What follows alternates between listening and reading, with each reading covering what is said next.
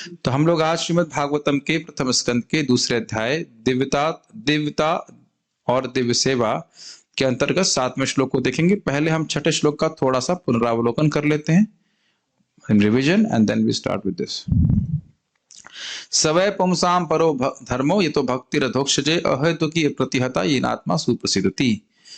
सवै पुंसाम परो धर्मो, सभी मनुष्यों के लिए निश्चय ही वही धर्म पर धर्म है, परम साधन है, परम श्रेय का मार्ग है। यह तो भक्ति, जिससे भक्ति हो जाए। किसमें भक्ति हो जाए? अधोक्षज में। अधोक्षज में अर्थात जो हमारी इंद्रियों से उत्पन्न ज्ञान है वह भगवान से नीचे ही रह जाता है, इसलिए भगवान विष्णु या कृष्ण को अधोक्षज कहते हैं। परम श्रेय का साधन वही धर्म है जिससे भगवान कृष्ण में भक्ति हो। यह साधना भक्ति को इंगित करता है। ये क्यों बार बार नेट कंडीशन? इस पे आवाज सही आ रही है? For 2 seconds it went of. हाँ, ये पता नहीं प्रॉब्लम हो रही, बार बस में स्नैप हो रहा है, फिर आ गया। अभी आ रही है आवाज? अभी आ रहा है, कभी जा रहा है, कभी स्पीड आ रही है 67 Mbps, कभी इतना कम आ रही है। Hopefully it is working. ठीक है, ओके।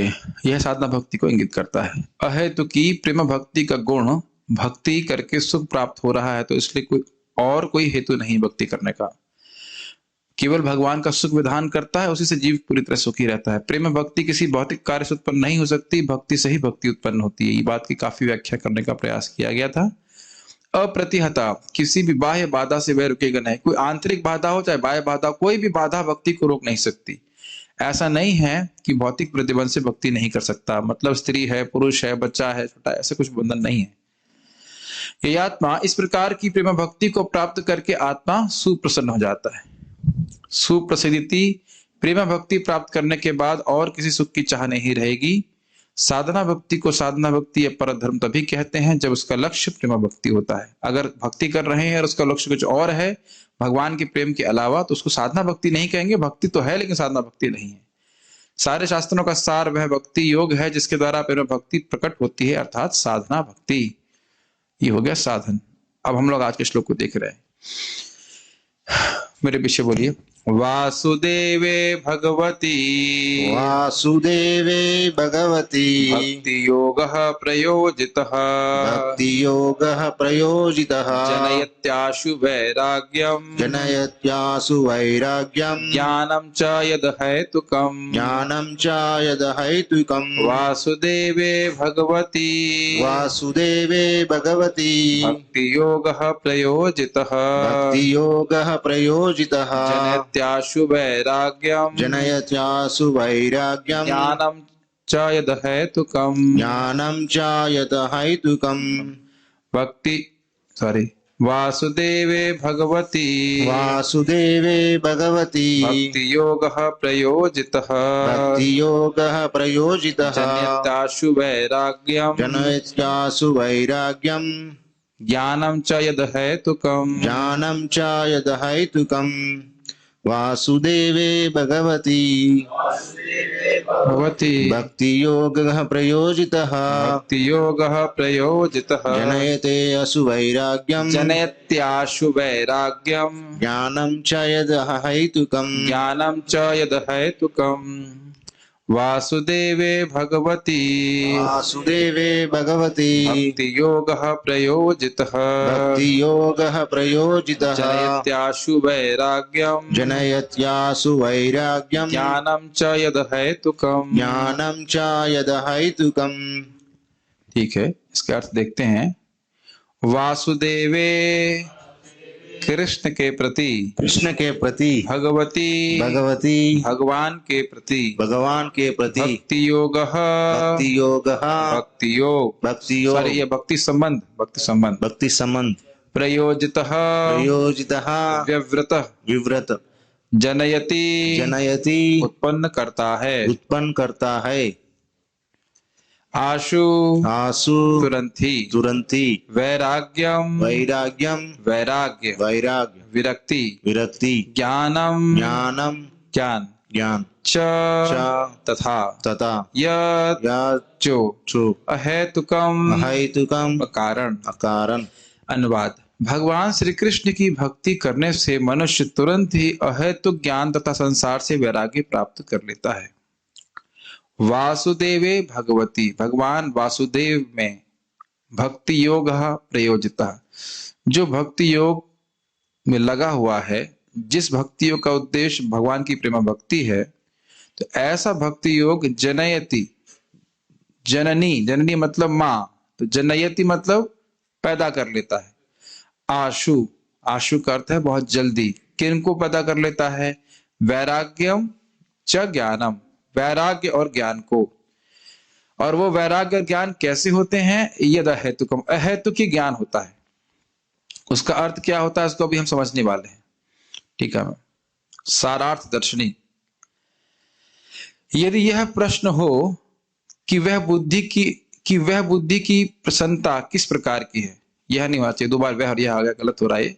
यदि यह प्रश्न हो कि बुद्धि की यह प्रसन्नता किस प्रकार की है, यह का मतलब हो गया जो आपने पिछले श्लोक में कहा, ये आत्मा सुप्रसिद्धि, उस भक्ति योग से आत्मा प्रसन्न हो जाती है। तो वो कैसा भक्ति योग है, प्रश्न ये बन सकता है। तो कह रहे हैं कि मन की यह प्रसन्नता, वो क्षमा कीजिएगा, भक्ति योग किस प्रकार का नहीं, वो प्रसन्नता किस प्रकार की, क्यों प्रसन्न हो जाता है, क्या कारण है?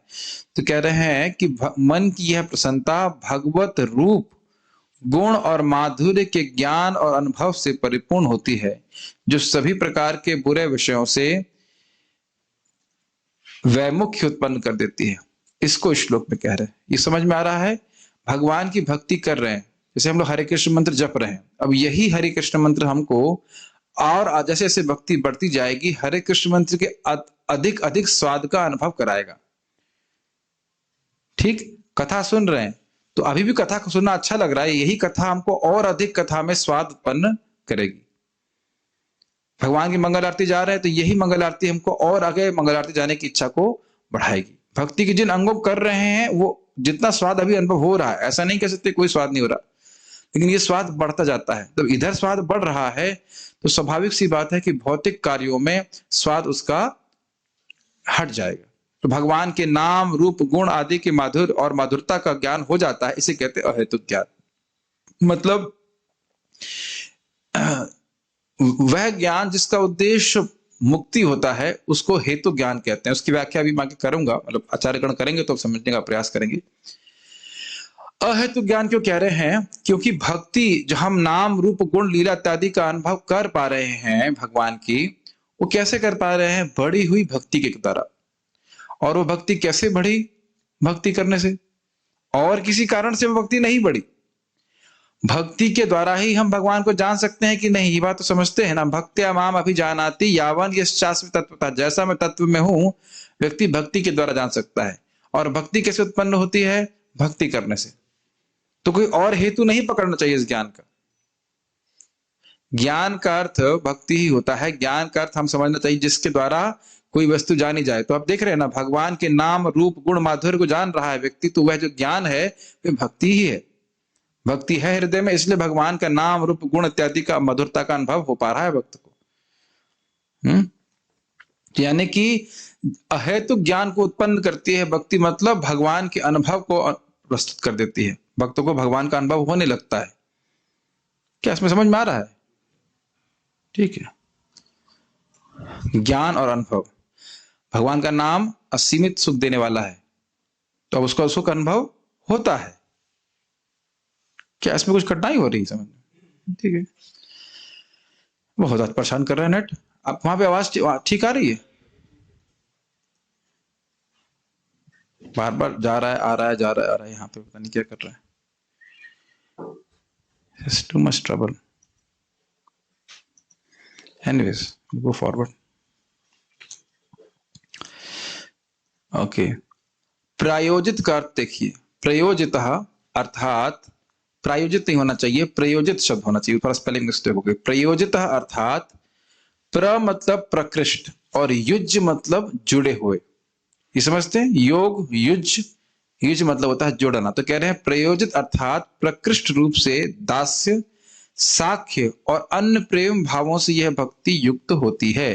भक्ति योग प्रयोजितः मतलब ये जो भक्ति योग है इसमें दास्य, साख्य, वात्सल्य भाव आदि युक्त होते हैं।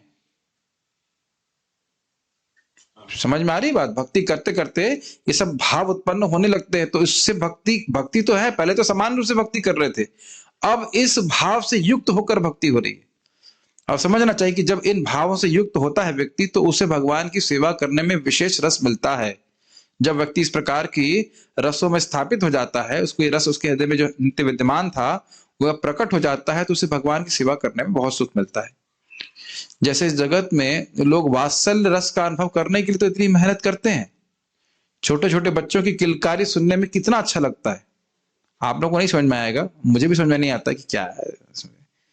बच्चे तो कॉन्स्टेंटली परेशान करते रहते हैं, क्या क्या करते रहते हैं। हाँ, बोले मैं किसी को वध भी कर सकता हूँ अगर कोई मेरे बच्चे को कुछ परेशान करेगा। तो आप देख सकते हैं कि वात्सल्य रस का अनुभव करने के लिए व्यक्ति कितनी मेहनत कर रहा है। तो उसका मुख्य बात यह है कि वो बच्चा उनसे जन्मा है, तभी तो वो प्रेम का अनुभव कर पा रहे हैं, या जो भी सोच रहे हैं कि प्रेम हो रहा है, जो भी कह लीजिए। तो यहाँ पे बात हो रही है कि जब भगवान से इस प्रकार का संबंध हो जाता है, दास्य भाव में या साख्य भाव में, वात्सल्य भाव में, माधुर्य भाव में, किसी रस में भी, तो भक्त को भक्ति करने में बहुत सुख मिलता है। बहुत का मतलब अनंत सुख मिलता है। तो कह रहे हैं प्रयोजित का मतलब हो गया इस भक्ति में भगवान के प्रति जो 5 भाव हैं उनसे कोई एक भाव से भक्त युक्त रहता है, युज्य रहता है, योजित रहता है। Make sense?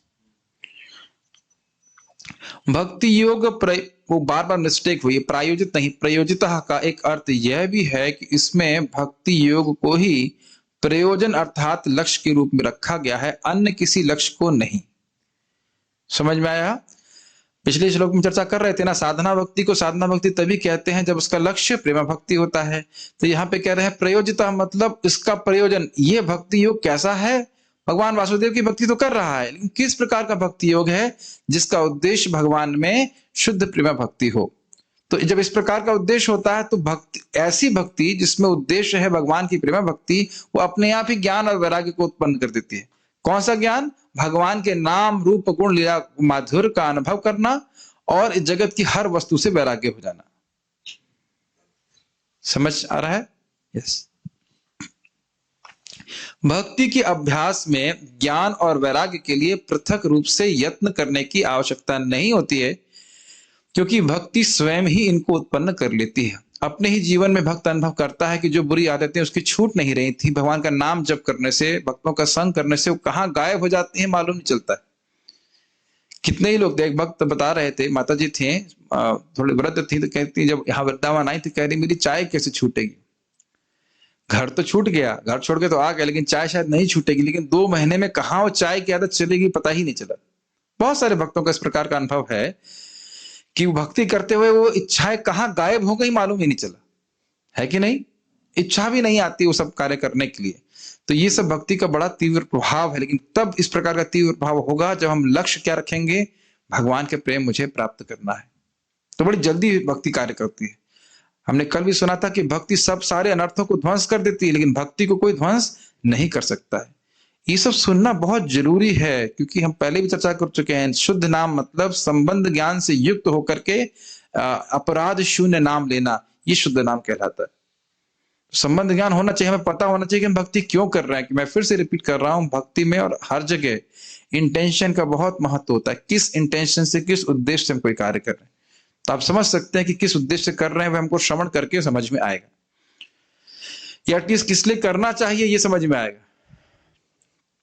आशु अर्थात शीघ्र या तत्काल ही ऐसा होता है, क्योंकि ऐसा कहा गया है कि भक्ति ही परेशानुभव विरक्त, भक्ति ही परेशानुभवो विरक्तिर अन्यत्र चैषात्रिक एक कालः प्रपद्यमानस्य यथाश्नतः स्युः तुष्टि पुष्टि शुद्धपायोनुघासम।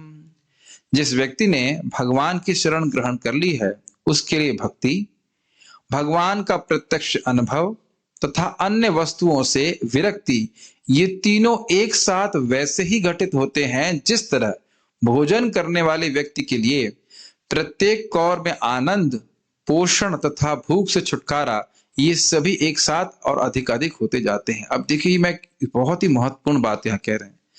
हम सुन रहे हैं श्लोक में आशु, बहुत जल्दी। तो कोई कहेगा नहीं प्रभु जी बहुत समय लग रहा है, लेकिन ऐसा नहीं है। उदाहरण क्या दे रहे हैं आप पे? भक्ति। भक्ति करने से तीन चीज होती है। एक है भगवान में भक्ति प्राप्त होती है, और सेवा करने की इच्छा, और सेवा करने की इच्छा बढ़ रही है। फिर भक्ति है इसलिए पर ईशानुभव, पर ईशा अनुभव। ईश अनुभव मतलब, ईश मतलब भगवान कृष्ण, और पर मतलब परेश, मतलब दिव्य जो ईश्वर हैं उनका अनुभव। सभी भक्तों को अनुभव है कि हरे कृष्ण मंत्र जप करने में एक दिव्य सुख मिलता है। भले रोज ना मिलता हो इस समय, लेकिन मिलता जरूर है। मुझे एक डिवोटी बता रहे थे, माता जी थी, उनकी भी उस टाइम दीक्षा भी नहीं हुई थी, कह रही थी कि बस में जब कर रही थी और इतना उनको अच्छा लग रहा था कि जो पैसे हाथ में थे वो भी गिर गए। इतना मतलब विभोर हो गए जब करते बस में। भगवान कहीं भी अपने नाम को सुख को प्रकट कर सकते, यानी उसके बाद वो लालसा ही करती रही, पर जो वैसा जब कभी नहीं हुआ दोबारा। भगवान ने आपको थोड़ा ट्रेलर दिया था कि भाई ये असली सुख है, और ताकि तुम जीवन भर भक्ति करती रहो। फिर ऑब्वियसली बाद में सुख दिए ही होंगे, ऐसी बात तो नहीं कि नहीं दिए, लेकिन भक्तों को हर भक्त को इस प्रकार का अनुभव है कि भक्ति करके उसे बहुत सुख मिलता है, और भक्ति की शुरुआत से ही सुख मिलता है, ठीक है। और विरक्ति, जब भगवान की भक्ति अच्छी लगने लगती है तो दुनिया की बातें स्वाभाविक खराब लगने लगती। समझ रहे हैं बात? क्यों? दुनिया की वस्तुओं में सुख था ही नहीं, लेकिन क्योंकि भक्ति हमको प्राप्त नहीं थी इसलिए सोचते थे यही नहीं मिल, इससे सुख नहीं मिला शायद वहां सुख मिल जाए, वहां से सुख नहीं मिल रहा तो वहां मिल जाए। अच्छा, और ये कह रहे हैं अन्यत्र च एषः त्रिक एक काला, यह सब एक साथ होता है। भक्ति कर रहे हैं तो भक्ति मिलना चालू हो जाता है। जितनी भक्ति बढ़ी है उसके हिसाब से भगवान का अनुभव प्राप्त होता है, और जितनी भक्ति बढ़ी है उतनी मात्रा में विरक्ति हो रही है। समझ रहे हैं? श्लोक बहुत महत्वपूर्ण है। प्रबध्यमानस यथा अश्नतः स्यु, यथा अश्नतः, अश्नतः का मतलब खाता है। जब कोई व्यक्ति खा रहा होता है तो उसे क्या मिलता है? तुष्टि। तुष्टि समझते हैं? संतोष। आहा जैसे महाराज इसी श्लोक को आज महाराज सुन रहा था। महाराज कह रहे थे कि कोई व्यक्ति था, जाड़े का समय था, और वो चाय पी रहा था, और चाय पीते पीते उसका इतना गुणगान कर रहा था चाय का, जैसे लग रहा है कि तीनों लोगों का राज्य उनको प्राप्त हो गया। आहा ये चाय कितनी अच्छी है। तो लोग बोलते हैं कई बार, प्रसाद खा रहे हैं, प्रसाद पूरा भी समाप्त नहीं किया है, लेकिन हर कौर पे आहा आहा आहा करते रहते, बहुत अच्छा बना है। तुष्टि होती है कि नहीं? आप जब कल प्रसाद पाइएगा तो आप महसूस करेंगे। और एकादशी वाले दिन देखिए, एकादशी वाले दिन आप प्रयास करें कि माला करते रहिए, करते रहिए, करते रहिए, करते रहिए, कई 12-1-2 बजे तक करते रहिए, तो थकान बहुत हो जाती है। उसके बाद आप प्रसाद पाएंगे तो तुरंत लगेगा कि बॉडी में अब शक्ति आ गया। आता है कि नहीं? अनुभव किए इस बात को? पुष्टि होती है, तुरंत अनुभव करते हैं कि हम जो है पुष्ट हो गए। और शुद्ध पाया तो आप समझते ही हैं, शुद्ध पाया मतलब भूख की शांति। तो ये कह रहे हैं अनुघासम, अनु शब्द है एक के बाद एक, और घासम मतलब ग्रास, खा रहा है। जैसे जैसे खा रहा है वैसे वैसे तुष्टि, पुष्टि और भूख की शांति हो रही। ये बात बहुत महत्वपूर्ण है।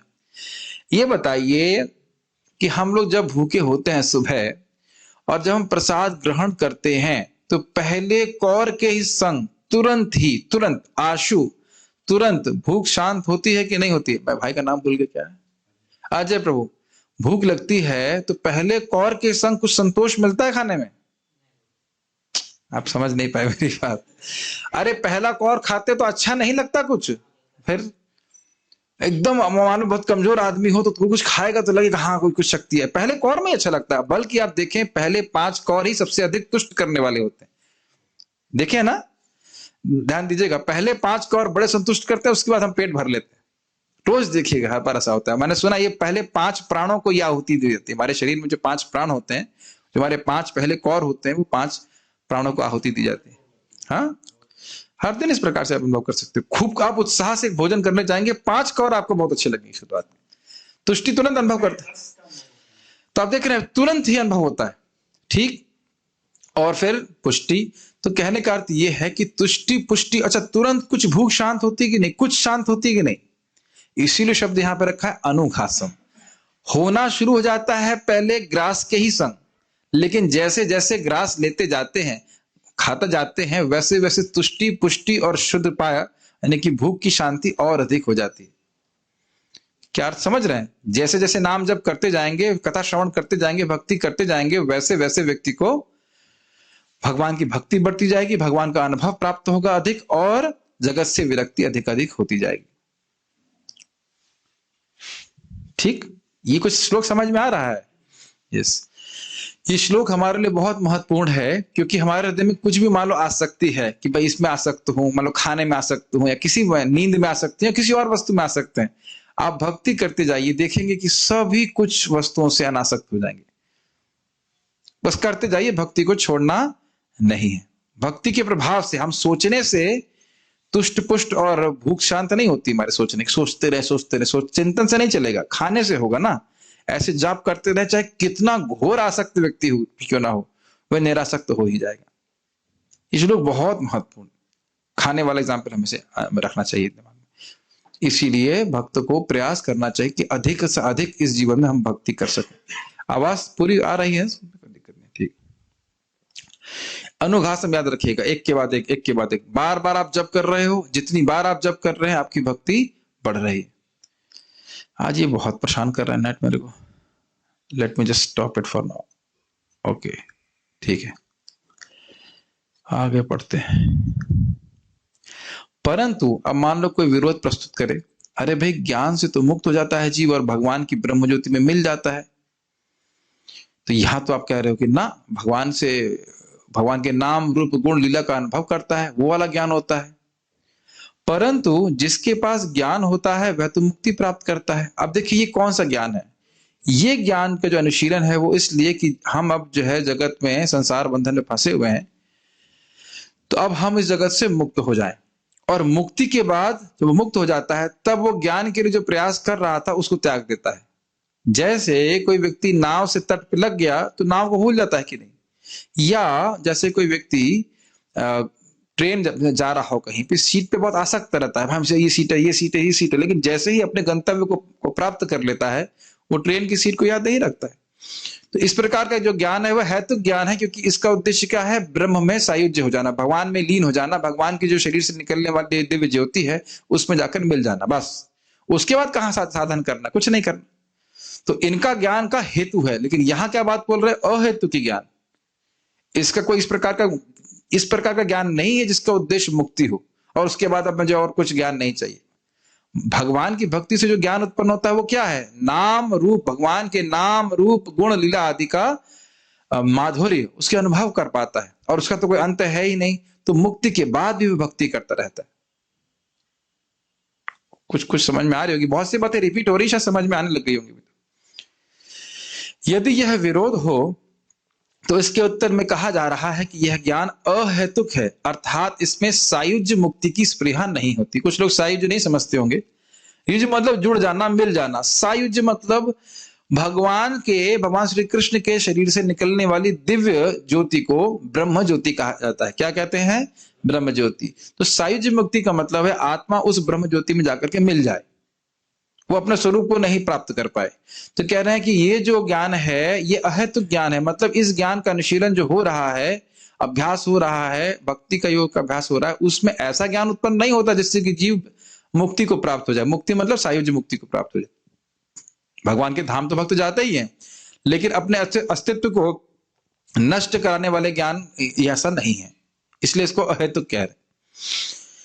समझिए थोड़ा, इसको आगे पढ़ेंगे, समझ में आएगा। अहेतुकम शब्द हेतु से आया है, इतना तो समझ में आता है। अहेतुकम जिसका हेतु नहीं है। तो ये शब्द किस शब्द से आ रहा है? हेतु शब्द से। अकारण शब्द किससे आता है? कारण से, जिसका कारण नहीं हो। तो कह रहे हैं अहेतुकम शब्द हेतु से आता है, जिसका अर्थ है प्रयोजन या कारण। जैसे यदि ये कहें कि यह खाने के लिए जीता है, तो इसका अर्थ क्या होगा? यह है कि वह भोजन के उद्देश्य से जीता है। आपने सुना है ना, खाने के लिए मत जियो, जीने के लिए खाओ, सुना है ये बात।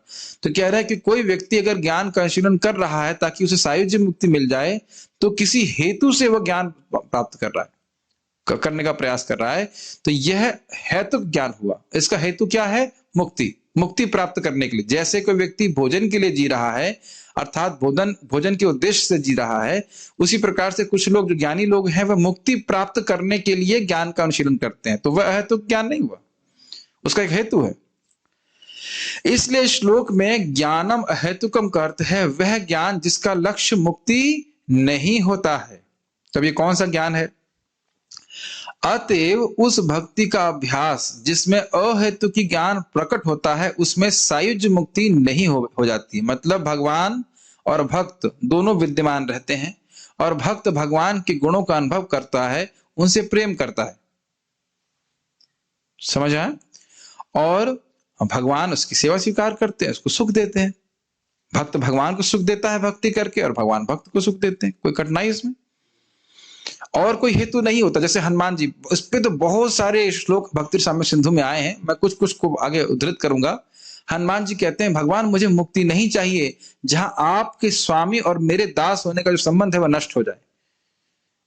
मतलब वही भगवान हनुमान जी भी कह रहे हैं कि मुझे सायुज्य मुक्ति नहीं चाहिए भगवान, मैं चाहता हूं कि मैं आपका दास रहूं, आप मेरे स्वामी रहें और मैं आपकी सेवा करूं। तो क्यों ऐसा कह रहे हैं? भगवान की सेवा करके उनको अनंत सुख मिल रहा है ना, मुक्ति की स्प्रिया ही नहीं। क्या चीजें क्लियर हो रही हैं? ठीक है। यहां ज्ञान का अर्थ है भगवान के रूप, गुण और माधुर्य का ज्ञान। जैसे चैतन्य चरितामृत में वर्णन है कि श्रील रघुनाथ दास गोस्वामी जी को महाप्रभु ने गिरिराज जी की शिला दी और जब वे गिरिराज जी की सेवा करते थे, और मैं तक स्मरण आ रहा शालिग्राम भी था उनके पास, शालिग्राम और गिरिराज जी तो था ही, गिरिराज जी तो थे ही। तो जब वो गिरिराज जी को देखते तो उसमें साक्षात उनको श्याम सुंदर दिखाई पड़ते। अभी हमको तो इस प्रकार से नहीं दिखता है, लेकिन उनको क्यों दिख रहा था बताइए? क्योंकि उनको प्रेमा भक्ति प्राप्त थी। गिरिराज जी साक्षात कृष्ण हैं, लेकिन हमारी भक्ति कितनी बढ़ी हुई है उस पर निर्भर करता है। एक बार श्रील प्रभुपाद से किसी ने पूछा हम कृष्ण बलराम जी के सामने जाएं तो क्या मेडिटेट करें? कहते मेडिटेट करने की क्या जरूरत है, तुम सामने उनके हो, उनको देखो। क्या प्रभुपाद जी कहे कि अरे तुम्हारी कोई भी समस्या हो तो कृष्ण बलराम जी के सामने चले जाओ, वो है यहाँ पे, तुम्हारी सारी समस्या का समाधान कर देंगे। एक जगह सचिनंदन महाराज बता रहे थे किसी मंदिर में एक भक्त भगवान की प्लेट साफ नहीं कर रहा था ठीक से। तो प्रभुपाद जी उस मंदिर में आए और उस भक्त को बुलाया, तुम भगवान की प्लेट ठीक से क्यों नहीं साफ कर रहे हो? भगवान मुझे बता रहे हैं कि तुम प्लेट ठीक से साफ नहीं कर रहे हो। समझ में आया कितने महान है श्री प्रभुपाद जी। अच्छा, प्रभुपाद जी वृंदावन मंदिर क्यों बना को पता ही होगा, सब बड़ी प्रसिद्ध बात है। प्रभुपाद जी ने कहा कि मैं तो वापस नहीं आना चाह रहा था इंडिया, लेकिन रुक्मिणी द्वारकाधीश ने, लॉस एंजलिस के ठीक ठाकुर जी, वो बोले कि तुम वृंदावन वापस जाओ, वहां तुमको हम इस मंदिर से 100 गुना अच्छा मंदिर देंगे। तो अब भगवान जब इस प्रकार से भक्त से बातचीत कर रहे हैं तो भक्त को क्या सुख मिलता होगा उसे हम कल्पना भी नहीं कर सकते। ऐसे महाराज बता रहे थे कि यही वृंदावन, नाम तो नहीं मुझे बता रहे थे कौन भक्त थे, लेकिन वो उनका साख्य भाव था भगवान से। तो रोज भगवान के लिए पंखा चलते थे। पंखा चलने का मतलब समझ रहे हैं, वो जो रस्सी वाला पंखा चलते थे, आपने देखा होगा, अभी भी आजकल कहीं कहीं मंदिर में है, राधा वल्लभ मंदिर में बता रहे हैं प्रभु कि रस्सी से खींचा जाता है। ऐसे नहीं फैंग चलाती चलो भगवान अपने यहाँ मस्त, हम अपने मस्त, ऐसे नहीं। तो एक दिन थके होंगे, कोई कारण रहा होगा, तो पंखा जल रहे थे, चलते उनको नींद आ गई, तो भगवान जोर से झापड़ मारे उनको और वो इतना गुस्सा हो गए, कहते हैं अरे एक दिन झपकी लग गई तो झापड़ मारते हो, मैं सेवा ही नहीं करूंगा और फिर आगे भगवान को मरवाते हैं किसी तरह से। तो ये स्थिति है। तो कह रहे भगवान से ये सब भरी हुई भक्ति के कारण तो है। एक और आप जानते हैं प्रसिद्ध है चैतन्य चरितामृत में, वो जो युवा ब्राह्मण था जो गोपाल जी को बोला, साक्षी गोपाल को बोला चलो चलो, आपने साक्षी रखा था कि वो जो वृद्ध ब्राह्मण है वो अपनी बेटी को मेरे को शादी में देंगे। तो भगवान उसे बोले अरे भाई मैं विग्रह हूं, मैं चल कैसे सकता हूं? तो वक्त क्या बोलता है, अरे जब आप बोल सकते हैं तो आप चल भी सकते हैं। तो भगवान फिर बंध गए और इस प्रकार से चले। तो आप देख सकते हैं कि भगवान इस प्रकार से प्रेम का आदान प्रदान अपने भक्तों से करते, किन से करते हैं? जिनकी भक्ति बढ़ी हुई है। ठीक है, तो ये लक्ष्य होना चाहिए। इसीलिए हम चैतन्य चरितामृत भागवत सुनते हैं कि अरे भक्तों ने किस प्रकार से भगवान से प्रेम किया है, तो ऐसा प्रेम मुझे प्राप्त करना है और उसके लिए मैं भक्ति कर रहा हूं। ठीक, यस। इसलिए चतुर्थ स्कंद में ऐसा कहा गया है कि वासुदेवे भगवती भक्ति योग समाहितः सधृचीनेन वैराग्यम ज्ञानम च जनयिष्यति। इसी तरह का श्लोक है ना जो अभी हमारे सामने है, सेम सेम, यस। भगवान वासुदेव को पूर्णतः समर्पित प्रेमा भक्ति पूर्ण ज्ञान और वैराग्य उत्पन्न कर लेती है। पूर्ण ज्ञान मतलब भगवान के नाम रूप गुण लीला का खूब अच्छे से ज्ञान होता है, कितने बढ़िया है। और वैराग्य मतलब भगवान से अलग किसी वस्तु में मन जाता ही नहीं है। जाता ही नहीं है, कि उधर कहीं जाता हो, भोग में जाता ही नहीं, ऐसी स्थिति भक्ति में आ जाती है। ठीक। सदृचिनेना शब्द से यह अर्थ है कि व्यक्ति को प्रेमा भक्ति को लक्ष्य रखकर ही भक्ति का अभ्यास करना चाहिए एवं मुक्ति व अन्य लक्ष्यों की स्पृहा नहीं करनी चाहिए। ये बहुत इंपॉर्टेंट है। इस संबंध में एक छोटी सी मैं आपको पास टाइम लीला सुना रहा हूं। एक व्यक्ति था, उसका नाम था रामदास, और वह रामदास 24 घंटे राम राम राम राम राम राम राम राम ऐसे करा करता था, सभी की सेवा करता था, बड़े नम्र भाव से रहता था। और रघुनाथ भट्ट गोस्वामी के साथ वो हो लिया जब वह पुरी आ रहे थे। कुछ लोग जानते हैं, कुछ लोग इस बात को नहीं जानते, लेकिन इस प्रस्तुत विषय के संबंध में बड़ी प्रासंगिक कथा है। तो 24 घंटे राम राम कहने वाले व्यक्ति और रघुनाथ भट्ट गोस्वामी का सामान उठा रहे थे। वो जबरदस्ती सुनकर कहे हम आपका सामान उठाएंगे, मैं शूद्र हूं, मुझे आपकी सेवा करना चाहिए, ऐसे ऐसे। तो बड़े संकोच से वे रघुनाथ भट्ट गोस्वामी उनको दिए और वो उनके संग हो लिए। और जब वो महाप्रभु से मिले तो महाप्रभु ने रघुनाथ भट्ट को तो एकदम गले से लगा लिया, लेकिन रामदास की बिल्कुल उपेक्षा कर दी। वही महाप्रभु जो गडरिये समझते हैं, मतलब भेड़ चराने वाले, जो भी गाय चराने वाले लोग, वो महाप्रभु को हरि हरि बोल दिए तो महाप्रभु कहते थे कृतार्थ हुईला आमी सुनाइला हरि नाम, तुमने, मैं कृतार्थ हो गया कि तुमने मुझे हरि नाम सुनाया। लेकिन ये रामदास जो 24 घंटे राम राम कर रहा है, उसकी उपेक्षा कर दिया, बात भी नहीं की उससे। तो वहां पे कृष्णदास कविराज गोस्वामी कहते हैं कि वह रामदास राम राम तो करना चाहता था, लेकिन किस लिए? स्वयं राम बन जाने के लिए, राम में मिल जाने के लिए। तो इस प्रकार की सायुज मुक्ति की इच्छा से भगवान प्रसन्न नहीं होते। स्पष्ट समझ में आ रहा है? इसलिए जब भगवान प्रसन्न नहीं होंगे तो फिर हम कैसे प्रसन्न होंगे? ये स्पष्ट समझ में आना चाहिए। भक्ति में व्यक्ति तभी प्रसन्न होगा जब भगवान प्रसन्न होंगे। तो इस प्रकार की इच्छा, जो सायुज की इच्छा रखता है, उससे भगवान प्रसन्न नहीं होते। ठीक है। भगवान चाहते हैं कि हर जीव का जो नित्य संबंध है, उस संबंध में स्थित होकर जीव उनकी सेवा करे। तो उसको लक्ष्य करके जब हम भक्ति कर रहे हैं तो भगवान की सहायता हमारी तरफ से होती है, हमारे पे होगी। ये बात आप गीता में भी पढ़ चुके हो। कृतक कृतश्च भारत, 15वां अध्याय आखिरी श्लोक। क्यों? जो समझ रहा है कि मैं भगवान का नित्य दास हूं, मुझे भगवान के चरणों में प्रेम भक्ति प्राप्त करनी है और उसके लिए मुझे भगवान की भक्ति करनी है, ऐसा व्यक्ति निष्फल हो ही नहीं सकता। उसके सारे प्रयास सफल होंगे ही। इसीलिए फिलॉसफी सिद्धांत को समझना बहुत जरूरी है। भगवान स्वयं आपकी मदद करेंगे। एक एग्जाम्पल प्रभुपाद जी की लीला से। प्रभुपाद जी से किसी ने पूछा कि प्रभुपाद जी, ये मैं अगर परफेक्ट होना चाहूं तो भगवान मेरी मदद करेंगे क्या? अगर मैं पूर्ण होना चाहूं तो प्रभुपाद जी कहे कि इस पे निर्भर करता है कि आपकी इच्छा क्या है। यदि आप भगवान के दास बनना चाहते हैं तो भगवान आपकी मदद करेंगे, लेकिन अगर आप भगवान बनना चाहते हैं तो भगवान स्पर्धा को क्यों प्रोत्साहन दें? तुम भगवान बनना चाहते हो तो भगवान दूसरे भगवान को क्यों बनने देंगे? Make sense? Why should God encourage competition? तो कहने का अर्थ है कि भगवान बनने की इच्छा, ये मुक्त हो जाने की इच्छा इस प्रकार से कि मैं भगवान मिल जाऊंगा, ये भगवान को पसंद नहीं करती। ठीक है। कुछ बातें समझ में आ रही होंगी, सुनना चाहिए इसको ठीक से। अगला श्लोक यह प्रदर्शित करता है कि इस प्रकार की भक्ति एक अन्य प्रकार की भक्ति को जन्म देती है। अगला श्लोक मतलब 1.2.8 नहीं, इसी का श्लोक कोट किया गया, इसी के नेक्स्ट वाला। सोचिरादेव राजर्षे स्यादच्युत कथाश्रयः शृण्वता श्रद्धधानस्य नित्यदा स्यादधीयतः। हे राजर्षि, ये प्राचीन वर्षित को नारद जी कह रहे हैं, जो श्रद्धावान है, जो भगवान की महिमा का निरंतर श्रवण करता रहता है, निरंतर कम से कम दिन में एक बार तो होना चाहिए, इतना अंतर नहीं, दिनांतर नहीं होना चाहिए, दिन का अंतर नहीं होना चाहिए, जो सदैव कृष्ण चेतना के अनुशीलन तथा भगवान के कार्यकलापों को सुनने में लगा रहता है, वह शीघ्र ही भगवान का साक्षात्कार करने के योग्य हो जाता है। तो समझ में आया किस भक्त, पिछले श्लोक में बोला गया था 4.29.37 में कि भक्ति वैसी भक्ति होनी चाहिए जो उसका लक्ष्य प्रेम भक्ति हो, और इसमें बता रहा है कि जो इस प्रकार से लगा रहता है, भगवान की भक्ति में सदा ही लगा रहता है, साधना भक्ति करता ही रहता है, कभी छोड़ता नहीं है, तो उसको भगवान की प्रेम भक्ति प्राप्त हो जाती है, जिससे भगवान का अनुभव प्राप्त होता है। तो यहाँ पे भी स्थापित हो रहा है कि भक्ति का लक्ष्य क्या होना चाहिए? प्रेम भक्ति, जिसके द्वारा भगवान का अनुभव प्राप्त हो। मुक्ति इसका लक्ष्य नहीं होना चाहिए।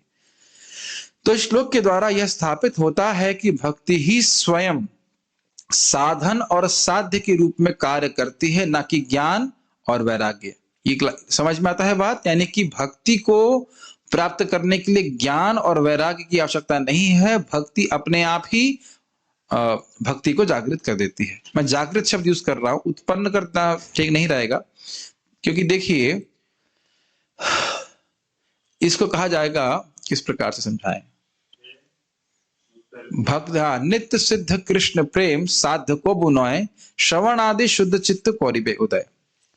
भक्ति सभी के हृदय में है, कभी साध्य नहीं, कोई प्राप्य वस्तु नहीं है। केवल जब हृदय शुद्ध हो जाता है श्रवण कीर्तन के द्वारा, तो अपने आप ही प्रकट हो जाती है। जैसे जैसे आप देख सकते हैं कि हम जहां बैठे हैं उसके नीचे जल है, धरती के नीचे जल है कि नहीं? तो अब जल हम बोरिंग करते हैं, कुछ भी करते हैं, तो उससे बोरिंग किए बिना तो जल की प्राप्ति होती नहीं है, लेकिन बोरिंग करने से जल बनाया नहीं गया है। समझ रहे हैं? अगर हम साधना भक्ति ना करें तो प्रेम भक्ति प्राप्त नहीं होगी। सामान्य तरह बात कर रहा हूं, किसी भक्त विशेष की कृपा हो जाए वो अलग बात है। सामान्यतः अगर हम साधना भक्ति ना करें तो प्रेम भक्ति प्राप्त नहीं होती। लेकिन साधना भक्ति से भक्ति का निर्माण नहीं हो रहा है, केवल प्राकट्य हो रहा है। प्राकट्यम हृदय साध्यता, प्रकट होना और निर्माण होने में थोड़ा अंतर हो रहा है। नहीं समझ में आ रहा है? भक्ति सभी के हृदय में, इसीलिए सभी लोग को बड़ा प्रसन्न होना चाहिए। भक्ति तो पहले से ही है, हम सभी लोग प्रेम करना चाहते हैं और प्रेम करना जानते हैं। जब शुद्ध हो जाएगा हृदय भक्ति करके करके, तो वह प्रेम प्रकट हो जाएगा। बस ये बात बोली जा रही है। और जब प्रेम प्रकट होगा भगवान से, तो कृष्ण का अनुभव तो अपने आप ही है। अच्छा, एक और उदाहरण से समझ लीजिए। सूर्य क्या हम बनाते हैं? सूर्य तो नहीं बनाते हैं, सूर्य तो है। अब अगर किसी की दोनों आंख में मोतियाबिंद हो, तो अब अगर उसका मोतियाबिंद हटा दिया जाए, तो क्या वह सूर्य का निर्माण करके सूर्य को देखेगा, या सूर्य तो है बस खाली हट गया है, मोतियाबिंद हट गया है तो सूर्य दिख रहा है? तो यानी सूर्य तो प्राप्त नहीं है ना। सूर्य तो प्राप्त है, सूर्य तो सामने है, लेकिन हम देख नहीं पा रहे। मेरी बातें समझ पा रहे होंगे? तो भगवान तो मधुर हैं, लेकिन हम मधुरता का अनुभव तब कर पाएंगे जब हमारी अविद्या निवृत्त हो जाएगी भक्ति करके। भक्ति क्या है? प्रेमा भक्ति जहां हईते अविद्या विनाशा जायते। जैसे जैसे भक्ति बढ़ती जाएगी अविद्या नष्ट होती चली जाएगी, और हम भगवान का अनुभव और अधिक अधिक कर पाएंगे। Does it make sense? ठीक, ओके। नोट, ये नोट हमने भक्ति रसामय सिंधु से लिखा है, ये बहुत महत्वपूर्ण है, इसको समझने का प्रयास कीजिए। साधना भक्ति का अधिकारी कौन व्यक्ति साधना भक्ति कर सकता है? यह केनाप्यति भाग्येन जात श्रद्धोस्य सेवने, नाति सक्तो न वैराग्य भागस्याम अधिकार्यसौ। जिस व्यक्ति ने किसी अति भाग्य से भगवान की सेवा करने में श्रद्धा उत्पन्न कर ली है, और वह ना तो अति आसक्त है और ना वैरागी है, तो ऐसा व्यक्ति भक्ति का अधिकारी है। अति भाग्य का मतलब है जान अनजान उसे भक्तों का संग प्राप्त हो गया। कौन है? जान अनजान उसे भक्तों का संग हो गया, अब उसे भगवान की भक्ति करना अच्छा लगने लगा, श्रवण करना अच्छा लगने लगा। उसका उद्देश्य भी नहीं रहा कि मुझे भक्ति करनी है, लेकिन भक्तों के संग में आ गया, किसी तरह से आ गया। अब क्यों आया हम कह नहीं सकते, पहले कुछ सुकृत किया था, क्या सुकृत किया था आप जानते नहीं, लेकिन हम भक्ति में आ गए। हम सब लोग इसी प्रकार से आए, और अब भक्ति के शास्त्रों में गीता भागवत को श्रवण करने में हमारी रुचि हो रही है। उसको सभी की रुचि है, किसी की कम है, किसी की ज्यादा, लेकिन रुचि सबकी है। तो अब हम सभी लोग अपने को देख लें ना, तो हमको क्या कह सकते हो कि हम बहुत आसक्त है, तो बहुत आसक्त भी नहीं है। अगर बहुत आसक्त होते तो फिर भागवत सुनने के लिए भी समय नहीं निकाल पाते, टीवी ही देखते रहते। इतने आसक्त तो नहीं है कि हम टीवी ही देखते रहे और भागवत को पढ़ने के लिए समय नहीं निकाले, और इतने वैरागी भी नहीं है कि अब केवल बॉयल सब्जी खाएं या एकदम सूखा चना चबाएं। है ऐसा कोई? ऐसा भी नहीं है, ठीक है ना। कुछ लोग होते हैं आप देखेंगे जो बहुत वैरागी हैं, जैसे वो कपड़े भी नहीं पहनते हैं, बहुत अपने बालों को उखाड़ते हैं, ऐसे करके। ये सब कुछ करने की जरूरत नहीं है भक्तों को, इससे भक्ति बढ़ती भी नहीं है। तो क्यों भक्ति का अधिकारी कहते हैं जितना आवश्यक है उतना वैराग्य भक्ति देवी स्वयं उत्पन्न कर लेती है। मतलब कितना इतना वैराग्य होना चाहिए कि अब मांस न खाए, शराब नहीं पिए, दारू वो क्या कहते हैं अवैध स्त्री संग नहीं करे, इतना वैराग्य तो आवश्यक है। और भगवान की भक्ति कर रहा है तो भक्ति देवी अपने आप ही अरुचि उत्पन्न कर देती है। जैसे व्यक्ति का पेट भर गया तो अब हम नहीं खाना और कोई वस्तु नहीं खानी। समझ रहे हैं बात? अब बड़ी रोचक बात है, जो बहुत अधिक आसक्त हैं उनके लिए कर्म मार्ग है। कर्म करें उसके फल को भगवान को दें। क्यों? उनसे बोलोगे क्लास में आके बैठे तो नहीं आ सकते। आपने देखा कुछ लोगों को डोनेशन दे देंगे, ये कर देंगे, वो कर देंगे, लेकिन क्लास में आके बैठना बहुत मुश्किल है। रजोगुण इतना बढ़ा हुआ है, तो उनके लिए कर्म मार्ग है, करे कोई दिक्कत नहीं। और जो बहुत अधिक विरक्त हैं उनके लिए ज्ञान मार्ग है। वो भगवान की भक्ति से भी विरक्त हो जाते हैं। उनको कहा ये क्या कीर्तन है, क्या ये कथा है, उसको तो सब माया बोल करके छोड़ देते हैं। अब दिक्कत क्या है, जो लोग बहुत विरक्ति हैं, बहुत वैरागी हैं, उनका हृदय हो जाता है कठोर। और जो बहुत भोगी हैं उनका हृदय तो खैर भोगों में लगा ही हुआ है। तो भक्ति से क्या होता है, बड़ा रोचक रूप से बताते हैं श्रील रूप गोस्वामी कि भक्ति करने से क्या होता है, वैराग्य तो उत्पन्न हो जाता है लेकिन हृदय कठोर नहीं होता। भक्त स्वाभाविक रूप से जगत से विरक्त हो जाता है, लेकिन भक्ति करने से उसका हृदय सॉफ्ट हो जाता है। क्या आप उसको समझ पा रहे हैं? वैरागी जो होता है ना उसका हृदय बड़ा कठोर हो जाता है, किसी के लिए उसको कोई दया भावना कुछ नहीं रहती। तपस्या करने का ही दिक्कत है, जरूरत से ज्यादा तपस्या करने से व्यक्ति अहंकारी हो जाता है, क्रोधीला हो जाता है और उसका हृदय कठोर हो जाता है। तो ऐसी तपस्या भक्ति में नहीं है। नाम जप करने से हृदय थोड़ा कठोर होता है, बल्कि हृदय तो सॉफ्ट हो जाता है। भागवत श्रवण करना, नाम जप करना, भगवान का प्रसाद खाना, भगवान के लिए मंगल आरती में जाना, ये तपस्या है भक्ति की। लेकिन इतना तपस्या नहीं है कि एकदम आपको ठंडे पानी में बर्फीले पानी में रहना, ऐसा कुछ नहीं करना पड़ा। आपने देखा ना बहुत से लोग गर्म दिनों में पूरा अग्नि जला के बैठ जाते हैं, सूर्य की ताप ऊपर से लगती है, तो इससे क्या होता है, केवल उससे उनका अहंकार बढ़ता है। लेकिन भगवान के भक्त को इस प्रकार की तपस्या करने की जरूरत नहीं। क्या उसका अधिकार है कि उसको भक्ति का प्रवर्तन करने वाले शास्त्रों में श्रद्धा है, मतलब रुचि है। वह गीता में विश्वास करता है, भागवत में विश्वास करता है, वो श्रवण करता है और उसके अनुसार अपना जीवन चलाता है, भक्ति कर लेता है। समझ में आया? ओके। भक्ति साम्य सिंधु में एक और पॉइंट बोल रहे हैं, नहीं समझ में आया?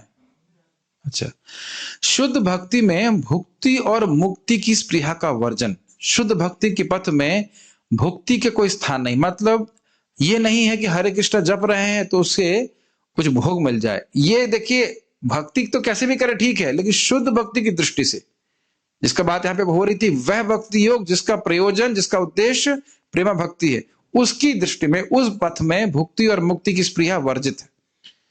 मुक्ति मतलब समझ रहे हैं, भगवान की ब्रह्म ज्योति में जाके लीन हो जाना, और भुक्ति तो समझते जगत में भोग की इच्छा। और उसके लिए बहुत प्रसिद्ध श्लोक यहाँ पे रखा गया है।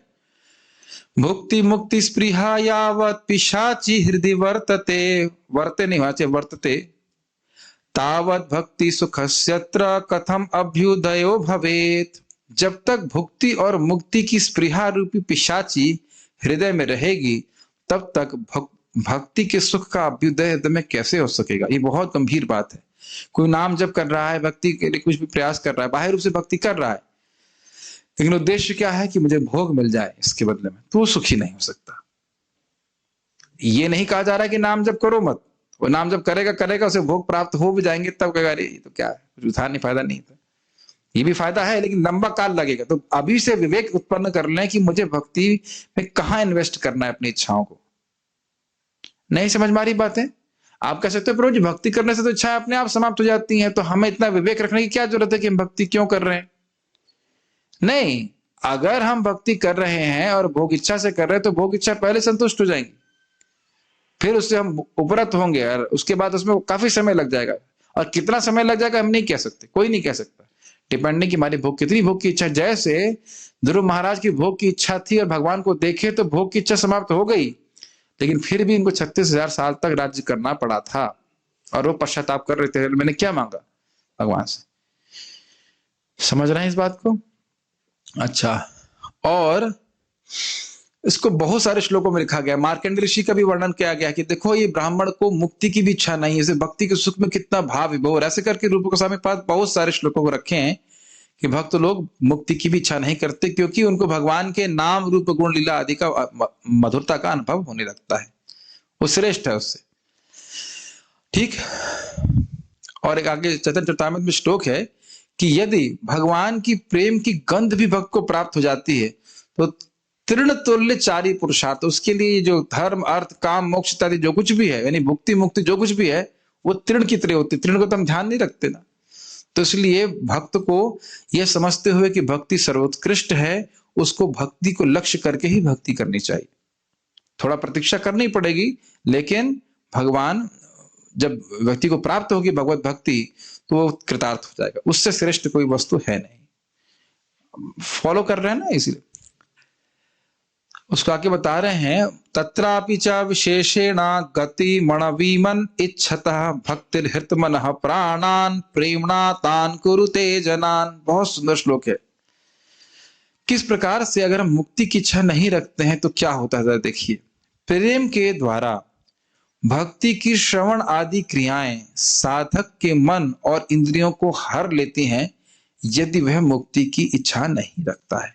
एक तरफ कहा कि भक्ति मुक्ति की प्रिया है तो भक्ति का सुख नहीं मिलेगा, और दूसरी तरफ कह रहे हैं कि मुक्ति की इच्छा नहीं है। अब मैं समझता हूं यहाँ किसी व्यक्ति की भी सायुज्य मुक्ति की इच्छा तो नहीं होगी ना, ब्रह्मज्योति मिल जाना है कोई नहीं।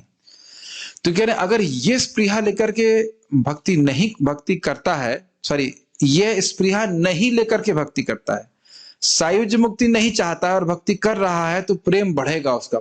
और जैसे जैसे प्रेम बढ़ता जाएगा इतना सुख मिलेगा उसको कि उसकी मन और इंद्रियां सब हर ली जाएंगी। हरने का अर्थ समझ रहे हैं, मन और इंद्रियां सब भगवान में ही जाएंगे और कहीं नहीं जाएंगे।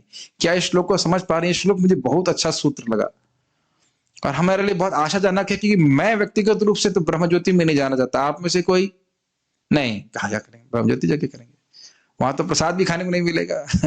तो ब्रह्मज्योति में जाने का कोई अभिलाषा नहीं है किसी भक्त की।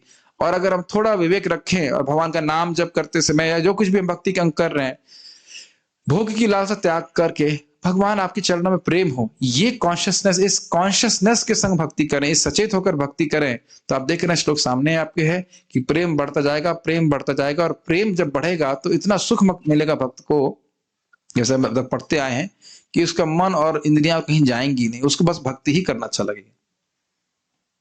ठीक।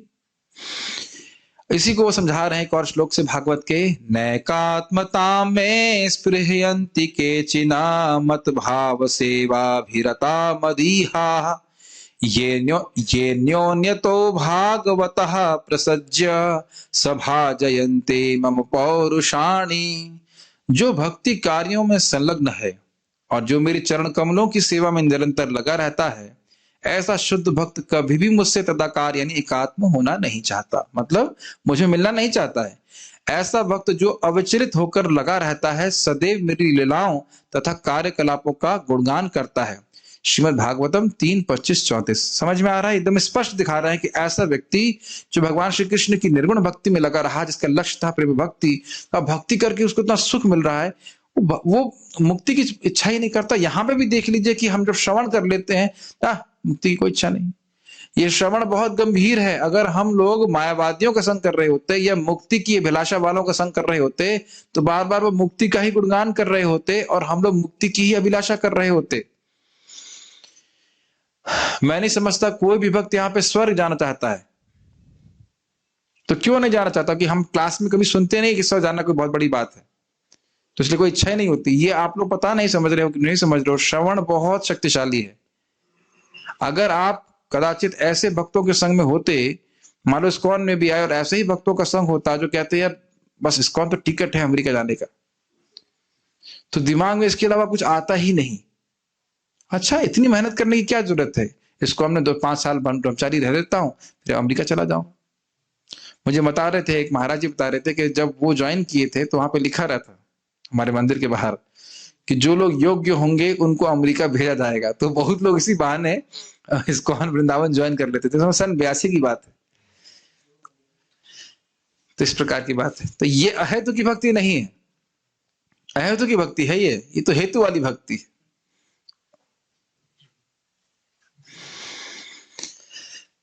एक इंग्लिश में कहना चाहूंगा, बात जाती नहीं मन से, बहुत अच्छा लगा था। मुकुंद दत्त प्रभु श्रील प्रभुपाद जी के शिष्य बहुत अच्छे देवोटी हैं, वो बोल रहे थे कि Krishna can not resist one thing when and that is that when he sees the living entity sincerely wants him. Krishna मतलब अपने को रोक नहीं सकते हैं उस भक्त की ओर ध्यान देने से जो भक्त वाकई उनकी प्राप्ति करना चाहता है। जैसे हम लोग बहुत बार वाकई भोगों के लिए ललायत हो जाते हैं, ये तो चाहिए ही एटलीस्ट है, तो सब अनुभव करेंगे। इस प्रकार से अगर भक्त की लालसा हो जाए कि मुझे कृष्ण का चरण प्राप्त करना ही है, तो अपने जीवन में देखेंगे कृष्ण हर प्रकार की मदद आपको देंगे। मैं इसको नाम के जप के रूप में अप्लाई करता हूं कि अगर मैं प्रयास कर रहा हूं कि मेरा नाम में रुचि हो, नाम में रुचि हो, मैं हर तरह से प्रयास कर रहा हूं, संघर्ष कर रहा हूं, तो भगवान जब हमारे संघर्ष को देखेंगे तो भगवान निश्चित रूप से पसीजेंगे और अपने नाम में हमको रुचि प्रदान करेंगे। या हम सुने कि अरे भगवान को सबसे अच्छी सेवा लगती है कि मैं उनकी कीर्ति का प्रचार करूं, तो अगर हमारे हृदय में इच्छा होगी तो जरूर हम नाम का प्रचार कर पाएंगे। ज्यादा कर पाएंगे, कम कर पाएंगे, वो आगे की बात है, लेकिन जरूर कर पाएंगे। ये कृष्ण को सुख देने वाली बात है और कृष्ण हमको इस प्रकार से शक्ति प्रदान करेंगे, ये विश्वास होना चाहिए। तात्पर्य प्रभुपाद जी का, भगवान कृष्ण की भक्तिमय सेवा को जो लोग भौतिक भावात्मक व्यापार की भांति मानते हैं, वे यह तर्क कर सकते हैं कि शास्त्रों में तो यज्ञ, दान, तपस्या, ज्ञान, योग तथा इस प्रकार की दिव्य साक्षात्कार की विधियों की संस्तुति की गई है। उनके मतानुसार भक्ति अर्थात भगवान की भक्तिमय सेवा तो उन लोगों के लिए है जो उच्च कोटि के कर्म नहीं कर पाते। ये मैंने अपने आंखों से देखा है। मतलब कह रहे हैं कुछ लोग, ये जो सब है ना, सब यज्ञ, दान, तपस्या, ज्ञान, योग, जो कुछ भी है, ये सब लोग कहते हैं कि ये उन लोगों के लिए है जो उत्कृष्ट है। ये जो बुद्धू लोग हैं, ज्यादा जिनके पास बुद्धि नहीं, उनके लिए हरे कृष्ण जप है। ये लोग तो ना सब यज्ञ, दान, तपस्या कर पाएंगे, ऐसा वो लोग सोचते हैं। आज मैं शाम को स्नान करते हुए मेरे मन में सोच रहा था कि क्यों लोग विश्वास नहीं कर पाते, क्या सोचते, बस इतना हरे कृष्णा करने से बस ये भागवत सुनने मात्र से बस, प्रणाम करने मात्र से बस, तो गीता गलत है। भगवान एक ही श्लोक 2 बार बोले हैं ना, मन मना भव मद भक्तो मदयाजी माम नमस्करु। कोई विशेष बात तो करना नहीं है, भगवान में मन अपना मन भगवान में लगाना है, भगवान का भक्त बनना है, भगवान की पूजा करनी है और भगवान को प्रणाम करना है।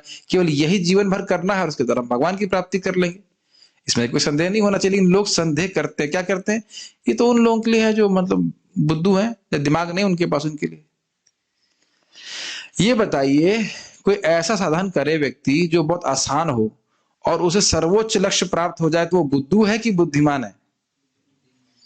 भगवान को प्रणाम करने में, स्मरण करने में, उनका भक्त बनने में, उनकी पूजा करने में तो उतनी तपस्या तो नहीं है जितनी कि हिमालय में जाकर के यज्ञ और कुछ मेहनत करने में। और लाभ कितना है भगवान के धाम जाने में? तो बुद्धिमान कहना चाहिए ना कि बुद्धू कहना चाहिए, बुद्धिमान। और ये मैंने आंखों से देखा, आईआईटी में हमारे एक सीनियर थे, अच्छे व्यक्ति थे, सज्जन व्यक्ति थे, और बोले हरे कृष्णा अच्छा है, मैं अपनी माँ को बताऊंगा, गांव में रहती, ज्यादा पढ़ी लिखी नहीं, वो करेगी हरे कृष्णा, मैं तो ध्यान। और बाद में मैंने सुना अमेरिका जाने की उनकी स्प्रिया हो गई, वहां नौकरी करेंगे, ये वो। हमने कहा इतने ज्ञानी है तो अमेरिका क्यों जा रहे हैं? अमेरिका में कौन ज्ञान दे रहा है आपको? तो देखिए, बाह्य रूप से वो बोलेंगे कि हमें ज्ञानी है, ये है, वो है, लेकिन अपनी आसक्ति को नहीं त्याग पाते। ठीक है, ये समझ में आया? लोग भक्ति की महानता को ना समझकर वो सोचते हैं कि तो सामान्य लोगों के लिए, भावुक लोगों के लिए। जैसा आप जानते हो, प्रकाशानंद सरस्वती ने स्वयं श्रीमंत चैतन्य महाप्रभु के लिए बोला कि सन्यासी होकर के वेदांत सूत्र पढ़ता नहीं है और ये नाच रहा है, गाच रहा है पागल लोगों के लिए। भावुक लोगों के संग यह भी भावुक होकर नाच रहा है। वो समझ नहीं पा रहा है कि महाप्रभु किस प्रकार से दिव्य प्रेमोन्माद में इस प्रकार से नृत्य करना। श्रील प्रभुपाद जी इस बात को कहे कि ये मत सोचो कि भगवान के सामने नृत्य गीत ये सिद्धि प्राप्त नहीं कराएगा, ये कराएगा। आदित्याचार्य जी भी कहते हैं महाप्रभु से, महाप्रभु ने कहा कि तुम्हें कुछ चाहिए? कहते ना, मैं आपके सामने नृत्य कर सका, मेरा जीवन सफल है। तो ये बहुत छोटी छोटी बातें लगती है। जैसे तुलसी जी के ऊपर आप स्प्रे कीजिए, स्प्रे समझते हैं, जैसे बालों वाला होता है ना स्प्रे, पानी इनके ऊपर छिड़किए, आप जन्म मृत्यु के चक्र से मुक्त हो जाएंगे, मेहनत करने की क्या जरूरत है? अब लोग कहेंगे अरे ये तो भावुक, कह रहे भावुकता नहीं है, ये शास्त्र के वचन है। तुलसी जी को प्रणाम करने से, देखने से, केवल देखने मात्र से व्यक्ति भगवान के धाम जाने के योग्य हो जाता है। दृष्टा स्पृष्टा तथा ध्याता कीर्तिता नमिता सुता। दृष्टा स्पृष्टा तथा ध्याता, कीर्तिता, नमिता, स्तुता, सेविता, पूजिता। एक और 9 प्रकार से जो भगवान तुलसी जी की पूजा करता है, दिने दिने रोज रोज करता है, ते वसंती हरे गृह, हरि गृह, हरे गृह, हरेर गृह, वह व्यक्ति भगवान के धाम में रहने के योग्य हो जाता है। कितना शक्तिशाली है तुलसी देवी। तो बुद्धू व्यक्ति ही होगा जो फालतू की तपस्या करेगा, तुलसी जी को प्रणाम नहीं करेगा, जप नहीं करेगा। फिर भक्तों को बोल रहा हूं, जप करें, तुलसी जी के सामने बैठकर जप करें, बहुत आध्यात्मिक लाभ प्राप्त होता है। मेरे ऑफिस में भी व्यवस्था नहीं हो पा रही है, लेकिन मुझे आज्ञा मिली ऑफिस में करने के लिए, मैं कर रहा हूँ, उसकी व्यवस्था चल रही, कैसे तुलसी जी मेरे सामने आ सकती है। बहुत सुंदर, बहुत शक्तिशाली है, ठीक है। या जो हम संसार दावनला सुबह गाते हैं, पता है आपको उसका लाभ क्या है? साक्षात वृंदावन नाथ की ही सेवा को प्राप्त करेगा शरीर छोड़ने के बाद। आपने 8 श्लोक तो गाते होंगे, लेकिन चक्रवर्ती पाद उसके 9वां श्लोक भी लिखे हैं कि जो व्यक्ति बड़े प्रयत्न से ब्रह्म मुहूर्त में इस संसार दावन को गाता है, संसार दावन लोक का जो भी है, तो फिर वह साक्षात वृंदावन नाथ की सेवा प्राप्त करेगा। तो सुनेंगे नहीं तो समझ में नहीं आएगा गाना है कि नहीं गाना, ना करना है कि नहीं करना। तो ये जो है बाहर के लोग हैं जो भक्ति नहीं करते, वो उसकी महिमा को नहीं समझ पाते। सामान्यतः ये कहा जाता है कि भक्ति उपासना पद्धति तो शूद्रों, वैश्यों तथा अल्प बुद्धिमान स्त्री वर्ग के लिए है, किंतु यह वास्तविक तथ्य नहीं है। भक्ति मार्ग सर्वस्त दिव्य कर्मों में सर्वोपरि है। गीता में 12वें अध्याय में पूछा गया कि जो व्यक्ति आपके निर्विशेष भाग से आकृष्ट है और जो आपके रूप की पूजा करते हैं, उनमें श्रेष्ठ कौन है? तो भगवान ने बिल्कुल निर्वाध रूप से उत्तर दिया कि जिनका मन मय्योपेत युक्तम, श्लोक भूल रहा हूं, कि जो व्यक्ति मुझ में मन आसक्त करके मेरी पूजा करते हैं वही सर्वश्रेष्ठ है। एकदम स्पष्ट है। 12वें अध्याय के कुछ देख सकते, 4, 5वां 6वां श्लोक है, क्या है जरा देखेंगे। मयोपेत करके श्लोक है, याद नहीं आ रहा मुझे। तो आप समझ सकते हैं कि भक्ति योग सर्वश्रेष्ठ है। और 6ठे अध्याय का तो आप लोग जानते हैं, श्रद्धावान भजते युमाम समय युक्त तमो मतः योगी नाम अपि सर्वेशाम मद्गतेना अंतरात्मना श्रद्धावान भजते युमाम समय युक्त तमो मतः। सारे योगी में सर्वश्रेष्ठ योगी कौन सा है? जो बड़ी श्रद्धा से अपना मेरा स्मरण अपने हृदय में करता है। तो हृदय में स्मरण कब करेंगे? जब श्रवण कीर्तन होगा। समझ रहे हैं ना, ये बात है। यह फलतः यह उत्कृष्ट होने के साथ ही साथ सरल भी है, ये भी बड़ा स्पष्ट है। मय्यावेश मनो ये माम नित्य युक्ता उपासते श्रद्धया पर्योपेत्यास तेमे युक्त मतः। जो मुझ में आसक्त है, अपनी चेतना को बार बार मुझे आवेशित करते हैं, वही युक्ततम है, ऐसा मेरा मत है।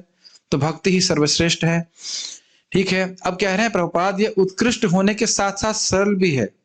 अरे कोई व्यक्ति वस्तु उत्कृष्ट हो, बड़ी अच्छी हो, इसका अर्थ यह तो नहीं कि सरल भी हो। मान लो आप फॉर एग्जाम्पल लीजिए खाने का, हो सकता हो कि खाने की वस्तु बहुत अच्छी हो खाने में, लेकिन बनाने में बहुत कठिन हो, तो फिर नहीं, बनाने में बहुत दिक्कत हो जाएगी। तो कह रहे नहीं, भक्ति उत्कृष्ट भी है, सर्वश्रेष्ठ भी है, परम साधन, परम श्रेय है, और करने में बहुत सरल है। जरा एक बार हरे कृष्ण मंत्र बोल के बताइए। हरे कृष्णा कृष्णा कृष्णा हरे हरे, हरे राम राम राम हरे हरे। कोई कठिनाई नहीं। और महाप्रभु क्या कहते हैं? तार मध्य सर्वश्रेष्ठ नाम संकीर्तन। सारे भक्ति के साधनों में सर्वश्रेष्ठ क्या है? हरे कृष्ण मंत्र का जप कीर्तन। आसान है कि नहीं? और सर्वश्रेष्ठ भी है। यस, यह उन शुद्ध भक्तों के लिए उत्कृष्ट है जो परमेश्वर से संपर्क स्थापित करना चाहते हैं, और यह उन नव दीक्षितों के लिए सुगम है जो भक्ति रूपी घर की दहलीज पे है। इसको मैंने हाईलाइट किया। इसका मतलब क्या है? शुद्ध भक्त भक्ति करके भगवान का अनुभव प्राप्त करते हैं, और उनके लिए इससे अच्छी कोई वस्तु है ही नहीं, इससे उत्कृष्ट कोई वस्तु नहीं, और कुछ नहीं करना है, वो केवल भक्ति ही करते हैं। स्पष्ट? और भक्तों के लिए इससे आसान कुछ नहीं है। अरे छोटा बच्चा भी कीर्तन में नाच सकता है, प्रसाद खा सकता है, भगवान को देख सकता है, भगवान को प्रणाम कर सकता है। अभी वह यह तो नहीं समझ रहा है कि सबसे उत्कृष्ट वस्तु है, लेकिन सबसे एंजॉयबल है, बड़े आसान है, बड़ा अच्छा लगता है। तो भक्ति दोनों ही प्रकार के लोगों के लिए है। जो भक्ति में एकदम सर्वश्रेष्ठ हैं, शिला प्रभुपाद जी भी जप कर रहे हैं, शिला प्रभुपाद जी भी कीर्तन कर रहे हैं, वह भी भागवत सुन रहे हैं, ठीक। और हम लोग भी भागवत सुन रहे हैं, पढ़ रहे हैं। अनुभव में अंतर है, लेकिन क्रिया में तो अंतर नहीं है ना। कोई कठिनाई है बात समझने में? यस। नारद जी भागवत सुनते हैं क्या? याद आ रहा था सुखदेव गोस्वामी जब बोल रहे थे और तो नारद जी और व्यासदेव जी भी सुन रहे थे। तो ऐसा नहीं कि भागवत को कभी हम त्याग सकते हैं। तो दोनों बातें समझ में आ रही, सभी के लिए आसान है। पूर्ण पुरुषोत्तम भगवान श्री कृष्ण का सानिध्य प्राप्त करना एक महान विज्ञान है और यह सब जीवों के लिए खुला हुआ है, जिसमें शूद्र, वैश्य, स्त्रियां और शूद्र से भी निम्न कुल में उत्पन्न लोग सम्मिलित हैं। तो फिर गुण संपन्न ब्राह्मणों तथा महान स्वरूप सिद्ध राजाओं जैसे उच्च कोटि के लोगों के विषय में कहना ही क्या। तो कहने का अर्थ यह है, इसका स्पेक्ट्रम बहुत लंबा है, चौड़ा है, सभी लोग इसमें आ जाते हैं। क्या है? माम ही पार्थ विपाश्रित्य ये पिस्यो पाप यो नेहा स्त्रियो वैश्यस्था शूद्र तेपि यान्ति पराम गतिम। मेरा जो आश्रय लेता है, भगवान कह रहे हैं, व्यापाश्रय का मतलब मेरे भक्तों का द्वारा जो मेरा आश्रय लेता है, उनका आश्रय लेकर मेरा आश्रय लेता है, तो वह क्या है? माम ही पार्थ विपाश्रित्या ये पिस्यु पाप योनिया, यद्यपि वह पाप योनि में क्यों ना हो, मतलब जंगली परिवार में पैदा क्यों ना हो, बिल्कुल असंस्कृत भी क्यों ना हो, और स्त्री हो। स्त्रियां प्राय घर में बहुत आसक्त होती हैं, बहुत एक आसक्त में बहुत ज्यादा रहती है। प्राय उनको प्राय बोल रहा हूं, ऐसा नहीं कि सभी, प्राय बहुत बुद्धिमान भी नहीं होते, लेकिन और स्त्रियां, वैश्य बहुत ज्यादा पैसे में आसक्त रहते हैं, ठीक है, और शूद्रों के पास प्राय तमोगुण में होते हैं। तो वह भी पराम गति, वह भी भगवान के धाम में चले जाते हैं। कैसे? अगर भगवान का आश्रय लेते हैं, भगवान के भक्तों का आश्रय लेते हैं, भक्ति का आश्रय लेते हैं। तो फिर भगवान कहते हैं किम पुनः ब्राह्मणा भक्ता, किम पुनः ब्राह्मणा भक्ता राजर्षय तथा अनित्यम असिखम लोकम इमं प्राप्य भजस्व माम। तो फिर उन ब्राह्मणों का, राजर्षियों का, भक्तों का क्या कहना? जब निम्न व्यक्ति भी जा पा रहा है भगवान के धाम, तो आप लोग क्यों नहीं जाओगे? तो प्रभुपाद क्यों कोट कर रहे हैं? तो कहने इसलिए कह रहे हैं कि ये नहीं सोचा जाना चाहिए कि भक्ति केवल निम्न लोगों के लिए है, निम्न लोगों के भी उद्धारक है। समझ में आया? जो निम्न है उनका भी उद्धार करने वाली भक्ति है, तो फिर उच्चतर लोगों का तो उद्धार कर ही देगी। क्या है वो? जीर्ण हीर्ण जता छीलो हरि नाम उद्धारिलो तार साक्षी जगाई मधाई। जितने भी जीर्ण हीर्ण व्यक्ति थे उनका उद्धार किया है हरि नाम ने, और इसका प्रमाण कौन है? जगाई मधाई। तो जब जगाई मधाई का उद्धार हो गया तो उनसे पतित तो नहीं हुए ना हम। किसी ने घर जलाया किसी का आज तक? प्लानिंग अभी तो नहीं पूछूंगा किसी को मर्डर करके आए कि नहीं आओ, क्योंकि तो बताएगा नहीं कोई। लेकिन चाहे मर्डर किया हो, चाहे कुछ भी हो, जगाई मधाई तो आपको बताऊं, वो शास्त्र पढ़ते थे। पता है क्यों? बड़ा रोचक है। वो देखते थे शास्त्र में कौन सा पाप लिखा है जो हमने नहीं किया है। अच्छा, ये वाला पाप रह गया, मर्डर रह गया, ब्राह्मण की हत्या नहीं कर, चलो ब्राह्मण की हत्या करते हैं। शराब नहीं पीना चाहिए, चलो इसको शराब पीते हैं। ढूंढ ढूंढ करके वो पाप कर रहे थे, और महाप्रभु ने तुरंत उनको मुक्त कर दिया। इसमें बड़ी रोचक कथा चैतन्य भागवत में है। जब महाप्रभु ने जगाई मधाई का उद्धार किया तो यमराज जी बेहोश हो गए। क्यों बेहोश हो गए? जितना उन्होंने पाप किया था उसको लेखा लिखने में जितने भी उनके सारे असिस्टेंट थे वो थक गए थे। कहते हम नहीं लिख पाएंगे, इतने पाप उन्होंने किए हैं। और पहाड़ बन गया था वो पापों का नहीं, जो चिट्ठे था उस चिट्ठे का फाइलों का पहाड़ बन गया, फाइल, हाँ जो भी कह लीजिए। और उसको पूरा ध्वंस कर दिया भगवान ने। तो यमराज जी बेहोश हो गए सुन करके, इतनी कृपा। तो इसलिए भक्ति हर किसी को पवित्र करने वाली, जो बुद्धू व्यक्ति है वही भक्ति नहीं करेगा। यज्ञ, दान, तप इत्यादि नाम से प्रचलित अन्य उच्च कोटि के कार्य, ये सभी सूत्र उप सिद्धांत हैं जो शुद्ध तथा वैज्ञानिक भक्ति पद्धति का अनुगमन करते हैं। मतलब भक्ति ही करना चाहिए, इन सबके कोई आश्रय लेने की जरूरत नहीं। इनसे जो कुछ भी लाभ प्राप्त होगा भक्ति करने से अपने आप प्राप्त हो जाता है। जैसे कि हम सुनते हैं भगवान के मुख से ही, वेदेषु यज्ञेषु तपः चैव दानेषु यत् पुण्य फलम प्रतिष्ठम अतिएति तत्सर्वमिदं विदित्वा योगी परम स्थानम उपेति चाद्यम। वेद पढ़ने से, यज्ञ करने से, तपस्या करने से, दान करने से जो पुण्य मिलता है वह सब भक्त को अनायास ही प्राप्त हो जाता है। और साथ साथ योगी जो भगवान का भक्त है वह भगवान के धाम भी जाता है। तो क्या हमको और कुछ तपस्या नहीं करनी? क्या करना है? हरे कृष्णा कृष्णा कृष्णा हरे हरे, हरे राम राम राम हरे हरे। ये करके खत्म करें जीवन में और भगवान के धाम चले जाएं। बुद्धिमान भक्तों को इस जगत में स्टेबल होने की पोजीशन नहीं सोचनी चाहिए। निकलो यहां से। जैसे हम टॉयलेट में स्टेबल होने के बारे में नहीं सोचते हैं, we finish our business and get out of it. ये प्रभुपाद जी के वाक्य हैं। टॉयलेट नहीं, टॉयलेट बोला था ना मैंने? हाँ, टॉयलेट। वहां पे तो नहीं सोचते ना कि हाँ भाई अच्छा घर बनाए, परिवार बनाए, ऐसे तो कुछ भाव नहीं आता है। निकले यहां से जल्दी से। निकले का मतलब जल्दी से जल्दी भगवान की भक्ति बढ़ाएं और भगवान के पास चले जाएं। प्रभुपाद एक तात्पर्य में बोल रहे थे, हम लोग रतनगढ़ में थे जहाँ पे तो वहां सुन रहा था, कह रहा ये नहीं सोचना चाहिए अरे अब जन्म जन्मांतर भक्ति बढ़ेगी ही तो आराम से भक्ति करता हूँ। नहीं, आग्रह होना चाहिए कि हम कृष्ण को अधिक से जल्दी से जल्दी प्राप्त करें। दिव्य अनुभूति के मार्ग में ज्ञान तथा वैराग्य के सिद्धांत दो महत्वपूर्ण कारक हैं। संपूर्ण आध्यात्मिक विधि भौतिक तथा आध्यात्मिक प्रत्येक वस्तु के पूर्ण ज्ञान तक ले जाती है, और इस पूर्ण ज्ञान का फल यह होता है कि मनुष्य भौतिक राग से विरक्त होकर आध्यात्मिक कार्य में अनुरक्त हो जाता है। इसका मतलब समझ रहे हैं, हम शरीर नहीं, आत्मा है, जगत दुख का घर है, ऐसी बहुत सारी बातें सुनता है व्यक्ति और फिर जगत से विरक्त होता है। भौतिक राग से विरक्त होने का अर्थ पूर्ण रूप से निष्क्रिय हो जाना नहीं है, जैसा कि अल्प ज्ञान वाले लोग सोचते हैं। ये जगत बुरा है, ये बात सत्य है, लेकिन इसका अर्थ यह नहीं है कि एक आध्यात्मिक सत्यता है, आध्यात्मिक जीवन है जहां पर सुख है। समझ रहे हैं? आंखें खराब हैं या आंखों में कुछ कष्ट है, आंखें फोड़ नहीं ली जाती हैं। Make sense? तो जो निर्विशेषवादी हैं वो क्या कह रहे हैं, इस जगत में दुख है इसलिए बस अपने अस्तित्व को ही नष्ट कर दो। लेकिन वो ये नहीं समझ पाते हैं कि वैकुंठ है जहां पे भगवान के धाम में सब लोग रह रहे हैं और हमेशा से रह रहे हैं और हमेशा रहते जाएंगे। वहां पहुंच करके हम अपने शुद्ध जीवन को, शाश्वत जीवन को प्राप्त कर सकते हैं। आप में से कितने लोगों ने आज एक बार भी भगवान के धाम जाने के बारे में सोचा? ये स्थिति है। आपने सोचा? Very good. हर दिन कम से कम एक बार सोचना चाहिए। और ये क्यों नहीं सोच रहे हैं? श्रवण का अभाव। श्रवण का भाव रहेगा तो हम कभी, सोचिए दिन में एक बार भी नहीं सोच रहे हैं। एक मिनट रुक जाओ, मेरी बहन को आप पूछ सकते हैं, वो अपने एग्जाम के बारे में माता जी कितना सोचती है, जरा बताइए आप। हर समय सोचती है।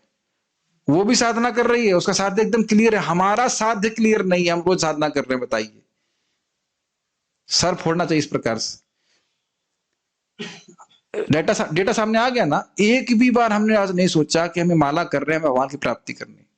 कितना अमेजिंग है ना। इस दुनिया में जब मैं आईटी की तैयारी कर रहा था तो मैं रोज आईटी के बारे में सोचा करता था, अरे पहुंच जाए, मजा आ जाएगा, पहुंच जाए, ऐसे करके रोज सोचते थे इस प्रकार से। क्या हम भगवान के धाम जाने के इस प्रकार से इच्छुक है? थोड़ा सा ये सोचते हैं भगवान पहुंचे। वो तो ठीक है, लेकिन कम से कम दिन में एक बार तो मन में आना चाहिए कि हम भगवान के पास पहुंचे तो क्या होगा। तब तो लालसा रहेगी ना कि हम कल अच्छे से भजन करें। नहीं तो लगा हाँ माला कहाँ है। जैसे कभी कभी तो देखा है मैंने, व्यक्ति को जूम पे देखा, उसने माला खत्म कर ली और माला को ऐसे बांध दिया, नहीं डिंग डिंग, अभी बाहर नहीं आ जाए कहीं किसी तरह से। अब कल सुबह से पहले देखना मत मेरे को, शक्ल मत दिखाना। ये स्थिति रहती है। एक भक्त हमारे कृष्णानंद प्रभु जोक करते हैं, माला से मुक्ति मिल गई। थोड़ा सा शब्द का फेर फेर है, माला से मुक्ति मिल जाती है तो इसलिए माला से हम मुक्त हो गए। 16 माला कर लिए, अब हम मुक्त हो गए, अब कुछ नहीं करना। प्रभुपाद जी बोले 16 राउंड्स मिनिमम, नॉट मैक्सिमम। समझना। आज मैं अपने मन को देख रहा था, आज कुछ भक्तों को, जैसे ब्राजील के भक्त कुछ बोल रहे थे कि आप जब कराइए, तो मेरा मन बोल रहा था तुम 2 घंटा जब एक्स्ट्रा कैसे करोगे। मैंने कहा तो दिक्कत क्या है, बार बार मन को समझा रहा था। वैसे मैं किया भी नहीं, बहुत सारी सेवाएं थी, 15-20 मिनट किए हम उनके साथ और भक्त ने टेक ओवर कर लिया। लेकिन मैंने चीज नोटिस करी कि खैर मैं क्लास की तैयारी कर रहा था और कार्य कर रहा था कि मैं बैठा रह गया और उनकी 16 माला हो गई। मैं ऐसे सामने देख रहा था, आंखों के सामने। मैं तो सुबह 16 माला कर ली, 2 बजे शुरू हुआ और कब 4 बज के पता नहीं चला उनकी 16 माला भी हो गई। जस्ट लाइक अ स्नैप, खट से। और हम सोचते ही रह जाएंगे, सोचते ही रह जाएंगे, सोचते ही रह जाएंगे और ये जीवन पूरा निकल जाएगा। ये बहुत खतरनाक है। ब्रह्मचारियों मन की बात कर रहा हूं।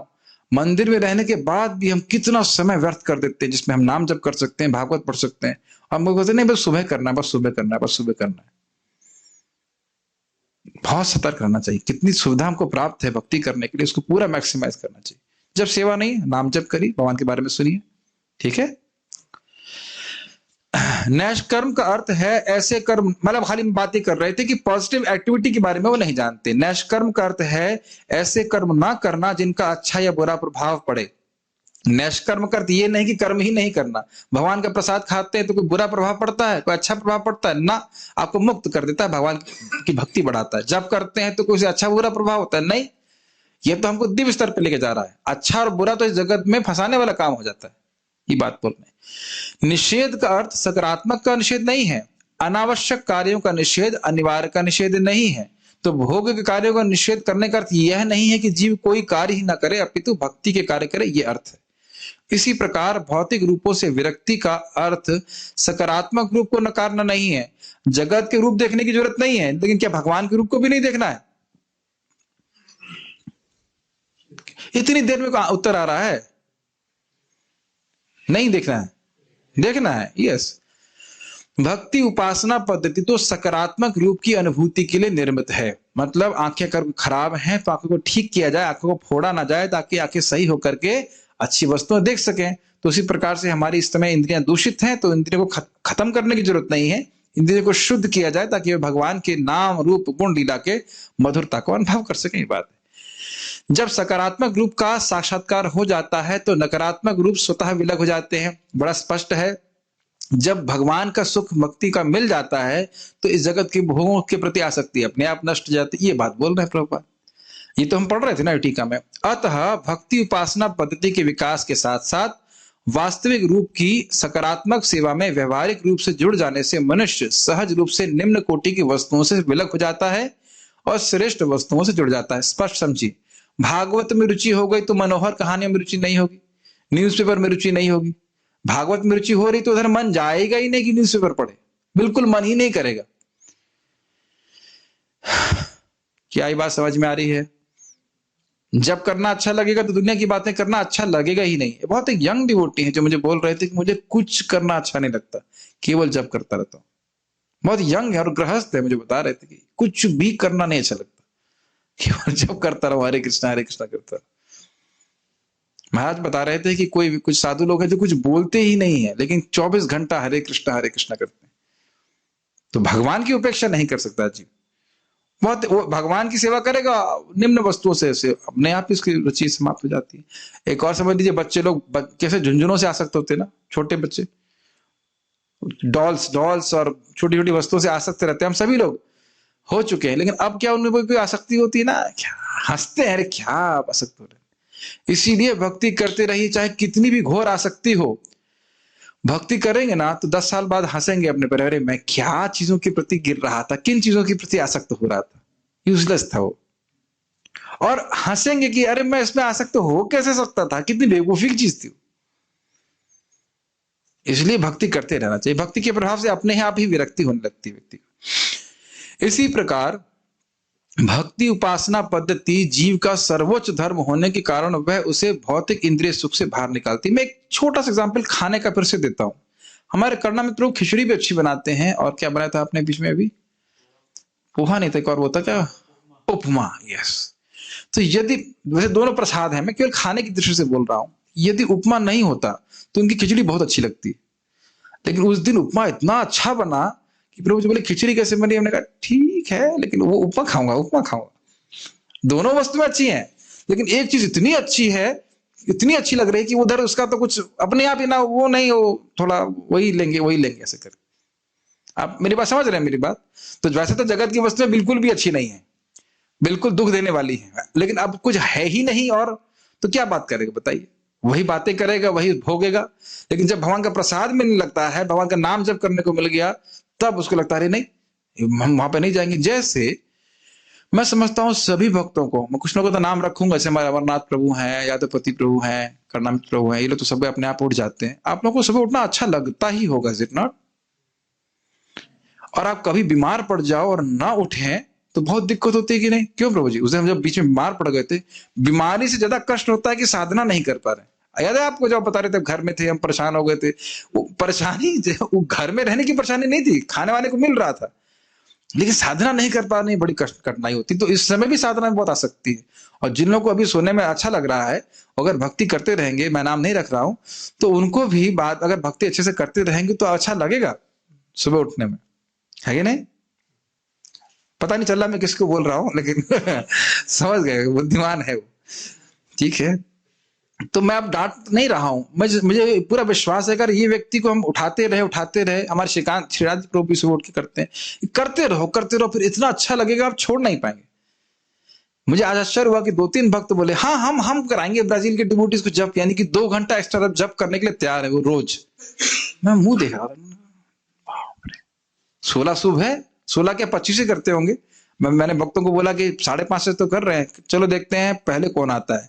तो देखता हूँ रोज 3:30 बजे 5-10 भक्त आ जाते, और उन्हीं में से एक भक्त 2 भक्त बोलने के लिए तैयार हम कराएंगे जब। चेहरा देख रहा था, बाप रे कितना उत्साह है नाम जप करने का, भक्ति करने। और उन लोग की दीक्षा भी अभी नहीं हुई। तो दीक्षा का प्रपंच बस स्पष्ट लिखते हैं, शुद्ध नाम जप करने का या निरपराधिक जप करने का दीक्षा से कोई संबंध नहीं। आप चैतन्य चरितामृत देख लीजिएगा। सुख नहीं मिल रहा तो व्यक्ति क्यों करेगा, वो बिना पैसे के लिए क्यों करना चाहेगा बताइए। बड़ा अच्छा लगता है इस प्रकार से जो कोई व्यक्ति भक्ति करते हैं उनको उत्साह देख करके। इस प्रकार भक्ति उपासना पद्धति जीव का सर्वोच्च धर्म होने के कारण वह उसे भौतिक इंद्रिय सुख से बाहर निकालती। स्पष्ट है, इतना सुख मिलता है भक्ति में कि वो भोग को छोड़ देता है। यही शुद्ध भक्त का लक्षण है, मतलब बिल्कुल भोगों से विरक्त। वह ना तो मूर्ख होता है, ना ही वह निकृष्ट शक्तियों में लगा रहता है, और ना ही उसके पास भौतिक मूल्य होते हैं। देखिए वह भगवान की भक्ति कर रहा है, इसलिए मूर्ख होने का प्रश्न ही नहीं, सर्वश्रेष्ठ साधन का अनुशीलन कर रहा है। ना ही वह निकृष्ट शक्तियों में लगा रहता है, अर्थात भोगों में नहीं प्रवृत्त रहता। वह भगवान के संपर्क में आ रहा है। बाहर के लोग नहीं समझ पा रहे हैं कि हरे कृष्णा करके हम क्या लाभ कर रहे हैं। महाराज बहुत सुंदर समझा रहे थे, कहते हैं साधु होकर तुम लोग दूसरे का क्या लाभ कर रहे हो, लेकिन भक्ति प्रदान करके ही जीव सुखी होगा। और साधु लोग इसी कार्य में लगे रहते हैं कि लोगों को भक्ति करने का मौका मिले, तभी वो सुखी होंगे, नहीं तो जिंदगी में कुछ भी कर ले सुखी नहीं हो सकते। तो साधु लोग सबसे बड़ा कल्याण कर रहे हैं जगत का, समझ रहे हैं। और अपने जीवन में देख ही लीजिए भक्ति कर कितने प्रसन्न हो गए हम लोग। और ना ही उसके पास कोई भौतिक मूल्य होते हैं, जो उसका अर्थ मैं समझ रहा हूं कि मटेरियल वैल्यूज, मुझे समाज की सेवा करनी है, मतलब भौतिक रूप से ये सब नहीं। एक ही मूल्य, एक ही जीवन से उद्देश्य है कि मुझे कृष्ण की भक्ति प्राप्त करने के लिए भगवान की भक्ति करनी है, और कोई जीवन का उद्देश्य नहीं है। यह केवल शुष्क चिंतन से संभव नहीं है, सोचते रहने से नहीं चलेगा। यह तो केवल भगवत कृपा से ही संभव हो पाता है। कब मिलती है कृपा? जब हम भगवान की भक्ति करते हैं, सीधी बात। निष्कर्ष यह है कि जो शुद्ध भक्त है वह अन्य सभी उत्तम गुणों से पूर्ण होता है, यथा ज्ञान वैराग्य आदि, किंतु जिसमें केवल ज्ञान तथा वैराग्य होता है वह भक्ति उपासना पद्धति के नियमों से ठीक से परिचित हो, यह आवश्यक नहीं है। बहुत सुंदर बात। जिसमें ज्ञान और वैराग्य है जरूरी नहीं है कि उसके पास भक्ति हो, लेकिन जिसके पास भक्ति है उसके पास ज्ञान और वैराग्य अपने आप ही होगा। और ज्ञान कौन सा? भगवान के नाम रूप गुण लीला आदि का ज्ञान, जिसके द्वारा अपने आप ही जगत से वैराग्य है। वो जगत है ही नहीं किसी काम का। प्रभुपाद जी ने अमेरिका में एक बहुत बड़ा कूड़ादान देखा, और प्रभुपाद ने कहा इस पूरे भौतिक जगत को उस कूड़ेदान में फेंक देना चाहिए। इस प्रकार से निरासक्त है भक्त। भक्ति मानव जाति का सर्वश्रेष्ठ धर्म है, इसलिए व्यक्ति को भक्ति ही करना चाहिए। कोई प्रश्न किसी बात का तो मैं देख लेता हूं।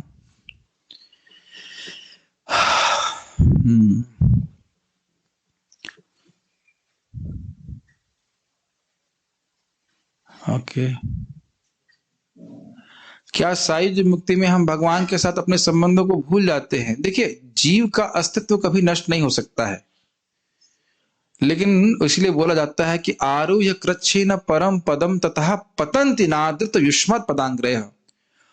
इस परम पद को प्राप्त करके भी प्रभुपाद बड़ा स्पष्ट अनुवाद करते हैं, फिर भी तुरंत तो नहीं, लेकिन काफी समय के बाद, क्योंकि भगवान से संबंध पूरा हुआ नहीं है, फिर वो जगत में गिरता है, फिर आगे भक्ति करता है।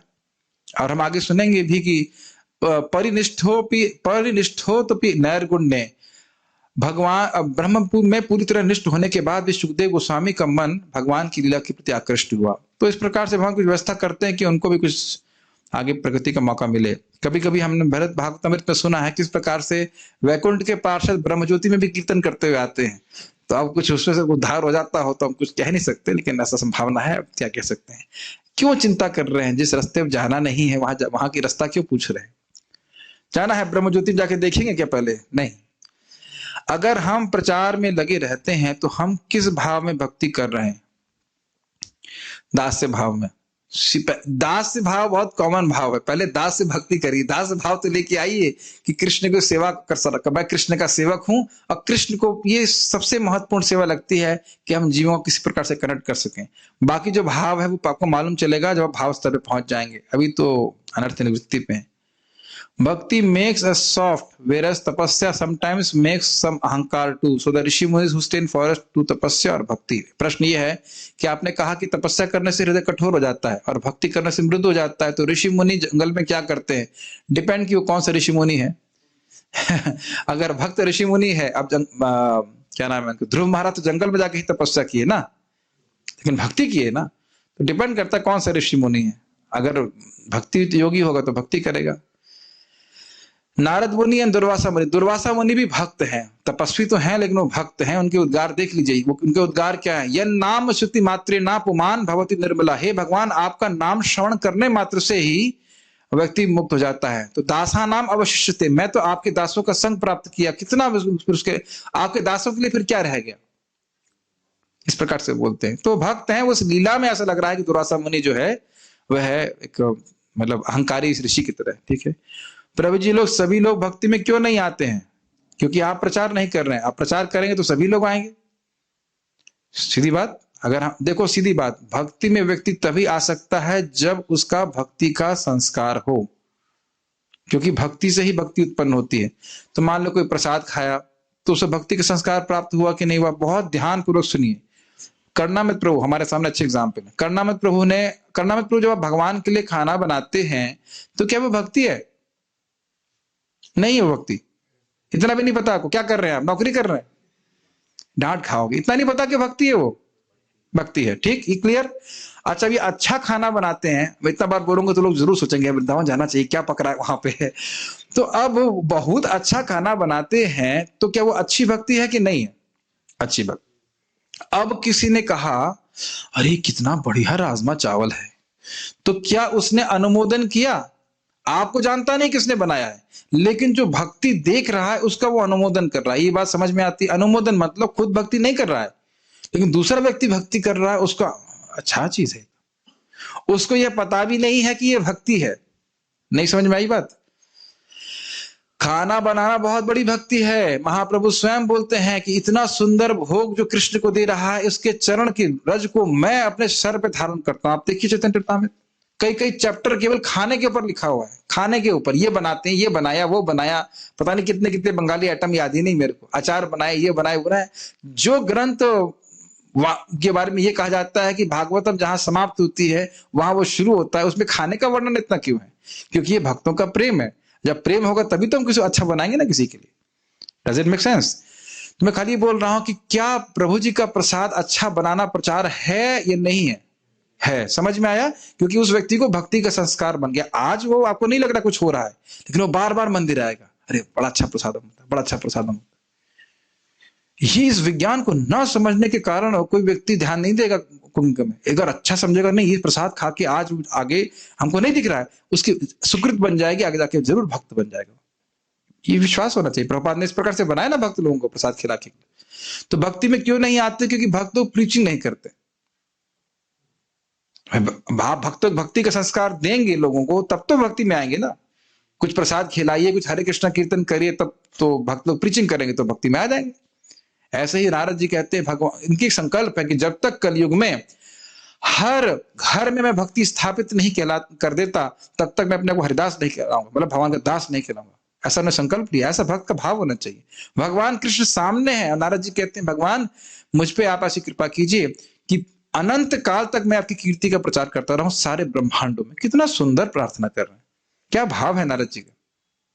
जानते हैं कि इससे भगवान बहुत प्रसन्न होते हैं। तो भक्ति में क्यों नहीं आते? क्योंकि भक्ति को उनको मौका देना चाहिए। मौका दे। जैसे आज हम लोग ब्राजील के भक्तों के लिए जपा शुरू किए। अब हंसी की बात ये थी कि टीचर थे 4 समझ रहे हैं, और जप करने वाले थे 3। तो एक भक्त ने कटाक्ष किया, प्रभु जी लोग तो बहुत कम आए। हमने कहा अजामिल तो एक था ना, उसको बचाने के लिए 4 विष्णुदूत आए कि नहीं आए? ये तो नहीं कहा कि अजामिल एक है, पापी एक आदमी है, उसको बचाने के लिए एक दूत को भेजेंगे, नहीं 4 दूत भेजे, कहीं कोई कमी ना पड़ जाए। ठीक है ना? तो प्रचार करना चाहिए। प्रभु जी आपने बोला कि सभी भक्ति नहीं कर पाते हैं, इस पर गीता फिर इस्कॉन क्यों सबको भक्ति में लगाना चाहता है? मैंने कब बोला कि भक्ति नहीं कर पाते? हम खाली ये बोल रहे हैं कि भक्ति लोग करते नहीं हैं। क्या मैंने यहां पे रोक लगा रखी है कि क्लास में ना आए? अरे जहां क्लास हो रही है वहां के भी सारे लोग नहीं आ रहे हैं, ठीक है ना? तो ये सारी बातें खुद की इच्छा होनी चाहिए, कोई इच्छा करेगा तो कर सकता है। प्रभु जी सब समझते हैं कि जो कुछ नहीं कर सकते हैं वो भक्ति करते हैं, तो यही तो बात बोल रहे थे। तो मूर्ख लोग इस प्रकार सोचते हैं कि जो कुछ नहीं कर पाते वो भक्ति कर पाते। उल्टा सोचना चाहिए, जो भक्ति करने लगते हैं वो कुछ कर नहीं पाते, और ये बात सही है। उन्हें कुछ करना अच्छा ही नहीं लगता, ये बात सही है, ठीक है कि नहीं? और अच्छा लगेगा भी क्यों? कृष्ण भगवान के रंग नीला क्यों है? रंग नीला क्यों है? आप जब गोलोक जाएगा तो पूछ लेना उनसे, ठीक है ना? गोलोक जाना पूछ लेना वहां का रंग नीला क्यों है, वो उनको स्वरूप है भाई। अब मैं आपसे रुक जाऊं, सूरज का रंग पीला क्यों है? आप बता दीजिए। क्योंकि अग्निमय है, तो अग्निमय क्यों है? ऐसे प्रश्न करने का कोई मतलब नहीं हुआ। पता नहीं कैसे प्रश्न, ये प्रश्न ठीक नहीं है। मैं अभी अभी सोच रहा हूं, सोचते रहिए। हम तो अभी वृंदावन धाम रहने की इच्छा कर रहे हैं, ये सब तो बहुत अच्छी बात है, आई जाइए, स्वागत है आपका। अगर कोई यहाँ दास भाव या अन्य कोई भाव में भगवान की सेवा करते हैं तो क्या भगवत धाम जाने के बाद उसे उसी भाव के अनुसार सेवा मिलती है क्या? देखिए समझना चाहिए, भगवान की भक्ति करते करते अपने आप ये भाव उदित होता है। दूसरा को बताने की जरूरत नहीं कि हम चिड़िया हैं, मेढक हैं या पीकॉक हैं, ये सब करने की जरूरत नहीं। सबसे पहले हृदय में नम्रता आनी चाहिए, उसके बाद ही सब भाव उदित होते हैं। तो वो सब बात तभी आएगी जब हमारा हृदय शुद्ध होगा। भौतिक प्रगति करने वालों का प्रचार इतना ज्यादा होता है जिससे जीव भ्रमित हो जाता है और उसके मन यह बात बैठा दी जाती है कि भौतिक प्रगति करना जीवन का उद्देश्य है। हर जगह आहार, निद्रा, भय और मैथुन का गुणगान हो रहा है। भगवान की प्रश्न है, कमेंट है, क्या हो रहा है पता नहीं। आप बहुत ठीक है, और क्या प्रश्न है?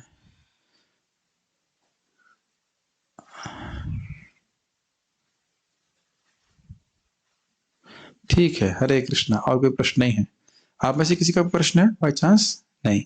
अब आप लोग देखिए, आप लोगों को क्या करना है। मान लीजिए आपको ये कथा अच्छी लगती है, डिस्कशन अच्छे लगते हैं, तो लोगों को उसे जोड़िए। कोई पैसा तो खर्च होता नहीं है। आप लोगों को बता सकते हैं, देखिए जूम का लिंक आके देखिए, अगर आपको अच्छा लगे तो आप लोग वो कंटिन्यू करेगा, नहीं अच्छा लगेगा तो चला जाएगा, आपको गोली तो नहीं मारेगा। अगर किसी को बोलते हैं, प्रभास को बोलते हैं ज्यादा प्रीचिंग मत करो, आप लोग को बोलिए आप बहुत दुखी लग रहे हो, हरे कृष्णा करो ना, क्यों नहीं करते हरे कृष्णा? देखिए करके देखिए, आपको मन को शांति मिलेगी। क्या इतना भी हम नहीं कर सकते? पार्थ प्रभु जानते हैं कितना हंसी की बात हुई थी। दो व्यक्ति आए हम लोगों को कैल्शियम बेचने के लिए, वैसे तो पहले से डिवोटी थे, मैं तुरंत उनको पकड़ा, आप डिवोटी हैं? अच्छा अच्छा, आप जब करते हैं ना? अच्छा, आप जूम तो जानते ही होंगे? हाँ हम जूम जानते। तो आप आइए सुबह जूम में। और वो आने लगे हैं और सुबह 16 माला करने लगे हैं, और वो जप और इसमें ऐड हो गए हैं और पोस्ट भी करते हैं कि इतनी बजे माला हुई। लेकिन जैसे बिजनेस वाले हर वक्त हर किसी को क्या देखते हैं, ये कस्टमर है, ये कस्टमर है, ये कस्टमर, ये मेरा सामान खरीदेगा, उस प्रकार से हमें सोचना है, ये भी मेरा कस्टमर है। जिस व्यक्ति की आपने मदद करी, कान खोल के सुनिए, जिस व्यक्ति की आपने मदद करी भक्ति करने में, वो जो भक्ति करेगा उसका वो आपके अकाउंट में जाएगा। ये बात ध्यान रखना। किसी भी तरह, मान लो मंगल आरती में कोई सो रहा है और आपने नहीं उठाया तो वो नहीं जा पाएगा। यदि आपने उठाया और वो गया तो उसका फायदा आपको भी मिलेगा, उसको तो मिलेगा ही, आपको भी प्राप्त होगा। आप समझ में आया आपको विजय प्रभु के रूप में मैं क्यों दर्शन करने के लिए आता हूँ? मंगल आरती जाने से पहले आपका दर्शन जरूर करता हूं। क्यों करता हूं? क्योंकि आप जाओगे तो उसका फायदा भी मुझे मिलेगा। Does it make sense? तो इसलिए भक्त को हमेशा उदार होना चाहिए। महाराज इस बात बहुत अच्छे तरह से बोलते हैं, भक्ति कभी ऐसा नहीं कि मैं जाऊं और आप ना जा सको, ऐसा कभी भाव नहीं। किसी भक्त का भाव ऐसा आता है कि मैं चला जाऊं मंगल आरती सोता रहे, ये वैष्णव नहीं। कभी कभी महाराज बोलते हैं, एक भक्त था वो खुद सो रहा था, दूसरे को बोला तुम जाओ तो कहता आप भी तो चलो ना, तुम जाओ, हम यहाँ कोई बात नहीं, आ जाओ, तुम्हारा स्वास्थ्य ठीक नहीं है। लेकिन उसको दूसरे के जाने से कोई दिक्कत नहीं थी। यही भक्तों का भाव होता है, ये होना ही चाहिए, ठीक है? तो सभी लोग इस प्रकार से सोचे, स्वयं अच्छे साधना करेंगे तो स्वयं इच्छा होगी कि दूसरों को भी मैं मदद कर सकूं भक्ति करने में, ठीक है कि नहीं? Okay, so we shall stop. Stop मतलब पारायण कर रह गया, पारायण करेंगे।